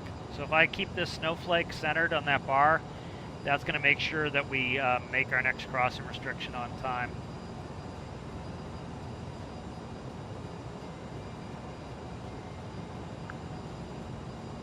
Because Gavin's 17,000, we're going all the way down to, not right there, 14,000.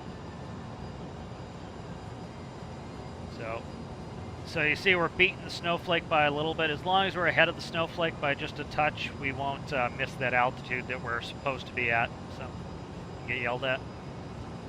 So you see the snowflake's right above. I'll zoom in so you can see it. But here's the snowflake right there, right above the bar. So as I take off some vertical speed here, go down to a 1.1. You can see the snowflakes right on the money there. That means we will cross Gavin right at 17,000. Just bringing the speed back just a little bit.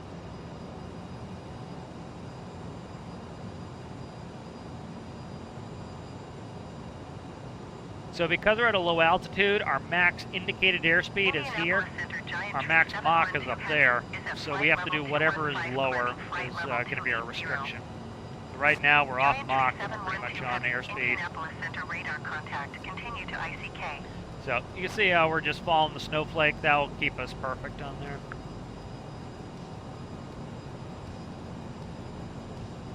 You know, it saves a lot of fuel. You figure if an airline saves 100 pounds of fuel every flight and they're doing 100 flights a day, it starts really adding up. How much are they going to save in a year? They're going to save millions, you know. So that's why they do a lot of that stuff, is it's worth it to save a little bit of fuel here and there. You see, just we're a little bit below the snowflake, which is good, means that we're definitely going to cross it. You know, if the snowflake was here, that means we're going to miss it, and then, you know, ATC could give you a number to call if you bust an altitude. Next one, see how it says 9,000A? That's at 9,000. So we're expecting at 9,000. No, I'm sorry, A is above. It's not at. A is above 9,000. We're not going to have any ats on our section unless we might if we go to Bruise. We'll see. Alright, we don't have an altimeter setting yet. Gonna need that. I'll go ahead and I'll check what the current altimeter is at the airport in real life. Current METAR for Cincinnati is it's from 1952Z. Okay. 240 at 8, 10 statute miles, scattered at 25,000 feet. 1 degree, bombing. Minus 12 on the dew point. Altimeter is 3017. 3017. That's at the airport too, but they would give us where the altimeter is currently, but they haven't given it to us. 3017. 3017. Their speed. We were close to overspeed. 3017. All around, all around. Let's do a descent checklist, por favor. Land elevation is, what is CVG? Let me look. I gotta find it. Go to the, let's see, info. Let's see, what's the altitude? 896 is the, 896, so we'll just bring that up to there. Make sure I spin the right stuff. That's just temperature, it's not a huge deal. It's just inside temperature if I spun the other one. Endeavour 5030, contact Indianapolis Center on 135.575. Good day. That's fine. We'll just depressurize a little early is fine. 135.575, Endeavour 5030. Goodbye. At 1200. There's 940, that'll work. That's just telling the plane when we want to depressurize by. So see, the snowflake is below us, but he hasn't given us the call yet. So we're supposed to be above 9. Ideally, the snowflake's setting us up that we cross each of these altitudes where it wants us, but they haven't given us the descent yet. Indianapolis Center, Endeavour 5030 is passing 16,000 feet, descending 14,000 feet. So we're not going to violate anything. 5030 Indianapolis Center, altimeter 30.23 radar contact. Continue to UD ways. Here's our descent.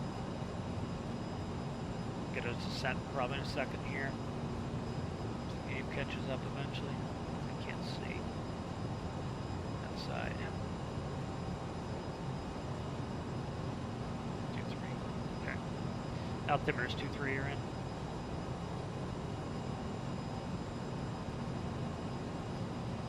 I'm going to bring a little bit of speed down. I want to get that descent rate up a little bit. We're almost on top of this here. I just want to get us there. Because the game doesn't like to give, like, ATC would give it to you when they're ready to give it to you. They don't care if you're close to your altitude. They'd actually try to give it to you before you level off. So that's 15 for 14,000. Endeavour 5030, contact Indianapolis Center on 123.925. Altitude cap. Good day. 123.925, Endeavour 5030. I think I have a speed restriction if we're going to runway 27. I don't know where we're going yet, though. We do have speed Indianapolis restrictions. Center, Endeavour 5030 is passing 14,300 feet, descending 14,000 feet.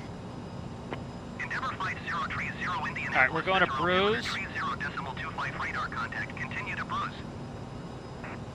All right, so. 5030, descend and maintain 8,000 feet.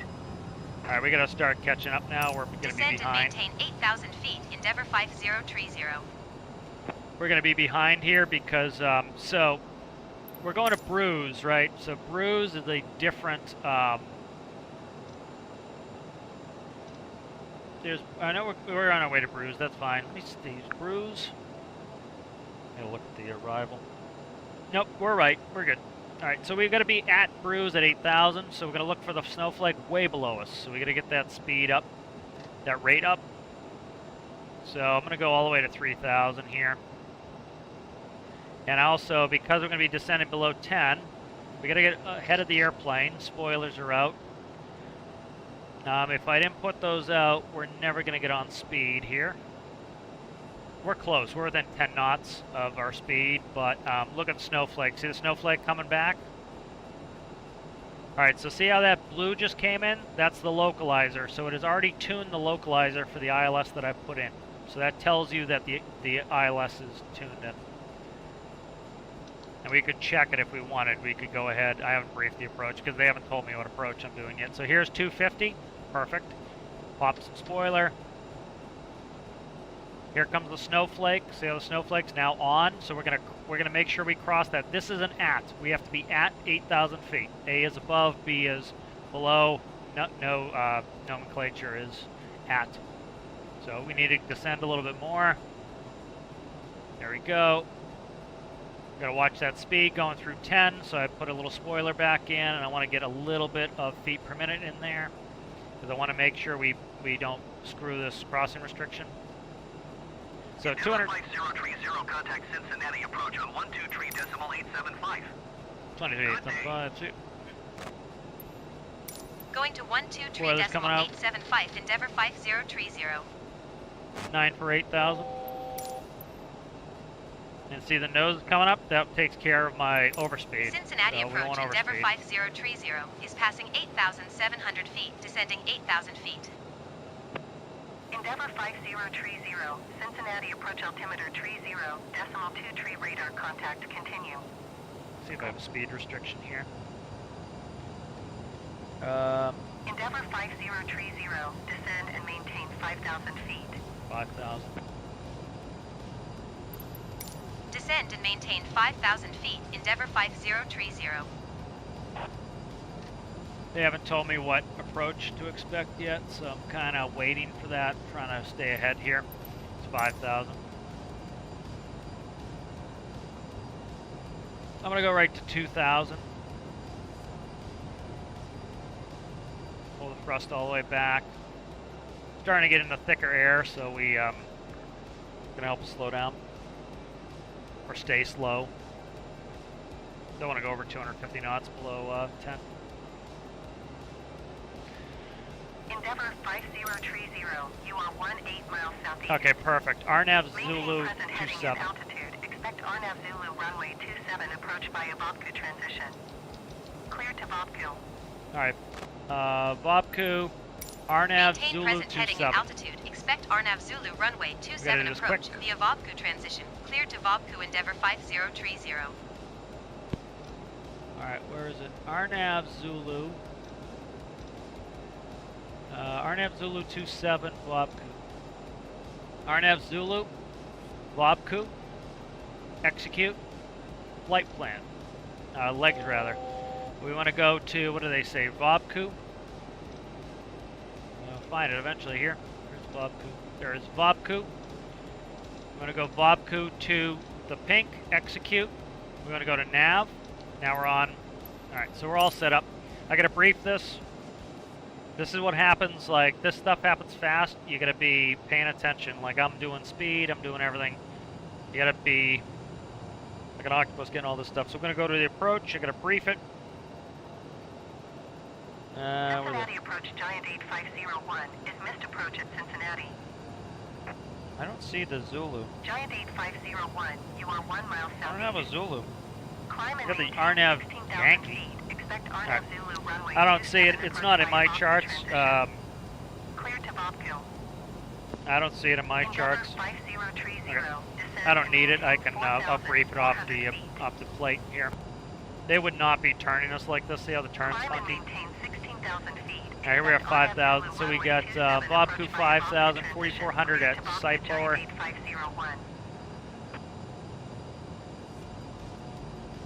Alright, talking 18 something. Did she clear me? Was that Descend 4,004? and maintain 4,400 feet. She hasn't Endeavour cleared me the approach yet, 5030. so she has to tell me all of these altitudes until that. I'm going to let it stay a little slow so I can catch up. Now I want to do my descents fast now because once I get within 1,000 feet of touchdown zone elevation, I cannot be going more than 1,000. 5030, descend and maintain 3,500 feet. 3,005. Giant 8501, climb and maintain 4,000. I'm going to go ahead. I don't know what the... let's go 6 Descend above and maintain 8. 3,500 feet. Endeavour Go 14. 5030. Climb and maintain 4,000. Alright, so I'm going to go to 1,400 feet. 501. She hasn't cleared me the approach yet, but I'm going to do it because the game's very late. And I'm going to fix my VSI to keep Snowflake. That will make sure I cross all of these where I need to. So that will keep me ahead. Alright, let's see. Flaps 8. Descend and maintain 3,500 feet. Giant 8501. Until we have stopped. Endeavour 5030. You are 10 miles. There she is, east of clearing me. Cincinnati. Landing it down. Contact Cincinnati Tower on 118.975 when inbound. Giant 8501. You are 4 We're getting miles near east of close, so I Cincinnati. gotta get ready here. Contact Cincinnati Tower on 118.975 when inbound.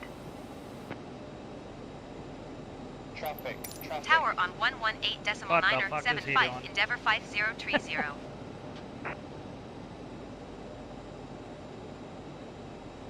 Look at this guy right on there. Cincinnati Tower, Endeavour 5030, 9 miles east inbound, Arnav Zulu runway I'm 27 like- approach. I hope he Endeavour cancels. She 5030, cancels him out. Cincinnati Tower. Altimeter 30.20, wind 235 at 11. Cleared RNF Zulu runway 27 approach. Cincinnati Tower, Giant 8501, 3 miles east inbound, RNF Zulu runway 27 approach. Giant 8501, Cincinnati Tower. Altimeter 30.20, wind 235 He's a lot at faster 11. than us usually on approach, so if I keep VREF at 137, we should be, hopefully get some space. You can see how he's cooking. That's part of the problem is the game, they go real fast all the way up to the runway. What is this guy doing? Jesus Christ. Cleared Arnav Zulu runway 27 approach. Endeavour Okay, good, he disappeared. 5030. This dude, what the hell? Commute Air 4332, Madness. contact Cincinnati departure on 128.7. Good day. Clear to land runway Okay. 27 Delta 1600 heavy. I don't know what it's doing now. Autopilot. Endeavour 5030, number 2 for landing. Follow the aircraft on final. Wind 246 at 8. I'm correcting right now. Clear to land runway 27. Clear to land. Giant 8501, number 3 for landing. Like, I can't get any Follow word the in aircraft edgewise on here. final. Wind 246 at 8. Clear to land Speed runway here. 27. I gotta try to run this Air shuttle fucking landing 6139 checklist here. heavy exit Passenger runway signs on 10. first reverse on landing gears down, flaps left 745. Delta 1600 4-lane checklist heavy complete. number 4 for landing. Want that 4 landing checklist. See, he's coming over to my runway. What the hell is he doing, Clear to man? land runway 27. What is this game doing? This game's bonkers, man. Cleared to land runway 27 number 2 Endeavour 5030. He's got me all screwed up because of this stupid plane in front of me here. Cincinnati Tower, Sun Country 3047 heavy ready for departure runway 27. No, I didn't activate the approach, that's why. Sun why Country it 3047 screwed up my heavy flight hold short director. runway 27. Let's go ahead and do Traffic that. Airbus A20 Set in on the back runway. on. Go ahead and do Air approach. shuttle 6139 heavy exit Flight runway director's when back able. on. See if it will take. Clear to land runway 27 number 4 Delta 1600 heavy. Just trying to keep a stabilized approach here. Clear to land. We're pretty good. Our lights on the... It's hard to see the Pappy from here. I can see it pretty well, but heavy. he's going around. Going around Giant 8501. Alright, so we're within 1,000 feet of touchdown at the Vassie, actually.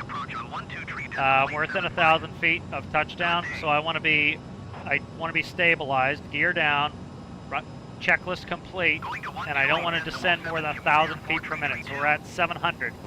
See those two lights? We got red above white. That means we're on the money. So we want to keep it. Those two big squares, that's what I'm aiming at. Looking at and I just locked those two big squares on my windshield. My speed should be right around that pink bug. Alright. We're in. And then crossing the threshold, we want to be in a place where we can land in the touchdown zone. So we're good. We're only up. There we go. We're going to do a little descent. But I've got up to 1,000 feet per minute, so we'll be fine. 700.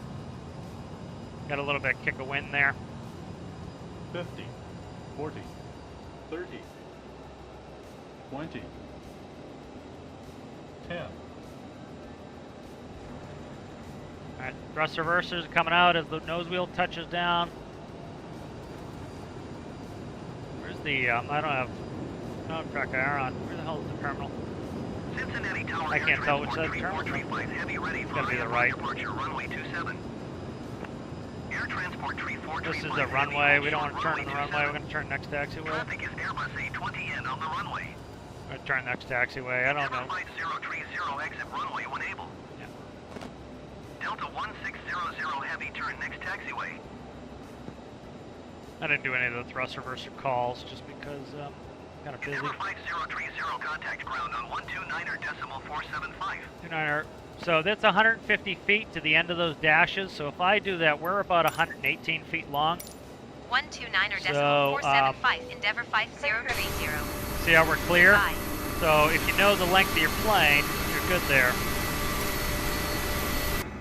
So I know that we're Ground I Endeavour know we're 118 5030, feet long, request and that taxi to those the gate. lines are 150. So. Endeavour 5030, taxi to gate 60 via taxiway Charlie Cross runway 36 Center Golf Lima, Quebec, November. Okay. I'm going to grab the taxi diagram here. I'm going to see where we are. We are currently Echo and Lima intersection. So just check Taxi the into diagram gate here. 60 via taxiway Charlie Cross Alright, we runway landed on 36 27. Center Golf Lima, Quebec, November. Endeavour 5030. What am I? Charlie Lima? Is that what I said? Echo Lima? That's wrong. Yeah, the problem is they're not realistic. We actually should be Charlie Juliet. So what's it saying? Charlie Golf. Okay. We'll taxi up here.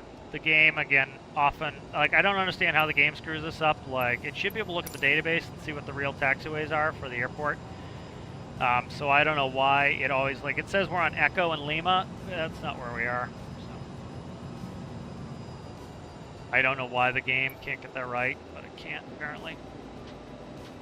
And then like all this cleaning up would be done by the FO because the captain has to taxi. Oh, look at that. 320 behind me. So all this cleaning up would be done by the FO just because the captain's got a taxi. So it's too much, again, it's too much work. You get into these phases, it's too much work to be doing all by your onesie here. Is the terminal missing? Yeah, the terminal hasn't come in. Weird. I'll get a progressive here in a second. I gotta get some shit off here. Start the APU up. I'll just go to a gate. Like, literally, I don't think that terminal's in. See, the terminal's not there? Like, I don't want to accidentally taxi into the building either. This is a mess. Like, see all those airplanes are just, like, kind of all hung up? That's weird.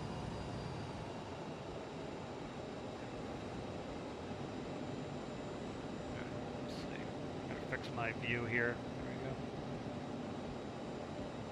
There we go. APU is still coming up.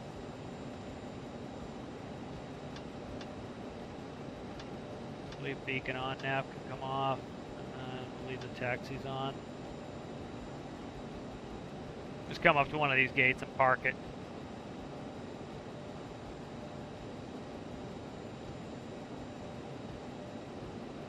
Yeah, I'll go right here. That's not where we should be turning, but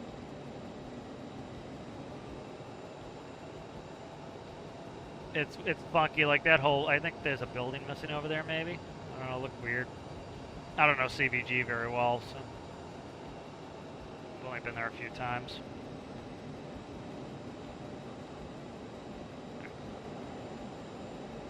APU finally up. APU's up.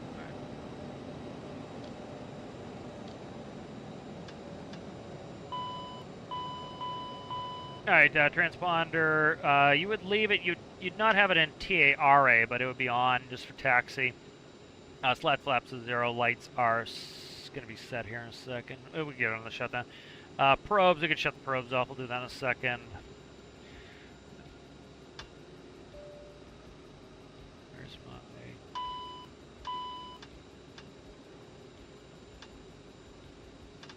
Come on. Don't need windshield heat. Don't need that. I don't know if they're leaving the pumps on or not. 3A can stay on. Come on, come on, come on. That's fine. Taxi lights definitely off. Beacons off now. Master caution and warning just that I shut down the engine, so it's telling me, hey, your oil pressure is low. Of course it's low. I shut the engine off. Let's see. Seatbelt signs are off. Thrust reversers are shut off. Anti-ice is off. Fuel pumps. Okay, it doesn't want fuel pumps off. Beacon is off. Nose wheel steering. Let's do fuel pumps. And master caution. Oh my God, your fuel pump's off. Yeah. And I think the APU pumps its own fuel. Terminating. IRS is coming off.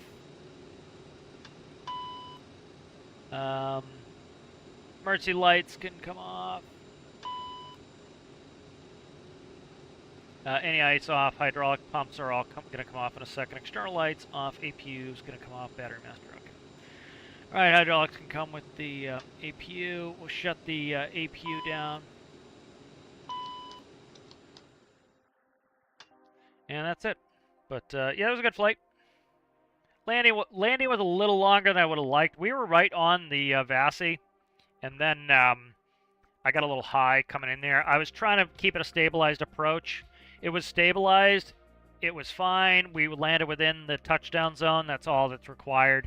It's better to land a little bit long as you're in the touchdown zone than to do an unstabilized approach to dive for the aiming bars. It's not worth it. We landed pretty well. I tend to land this airplane too soft. I need to hammer it a little bit into the ground more than I do. But it doesn't need to be that soft. But thanks for watching, guys. If you liked the video, make sure you like the video. I probably won't be streaming for a little while here. I'll be away. But if you like the video, make sure you like the video. If you're new and you enjoy the content, consider subscribing. And I'll see you guys later. Thanks.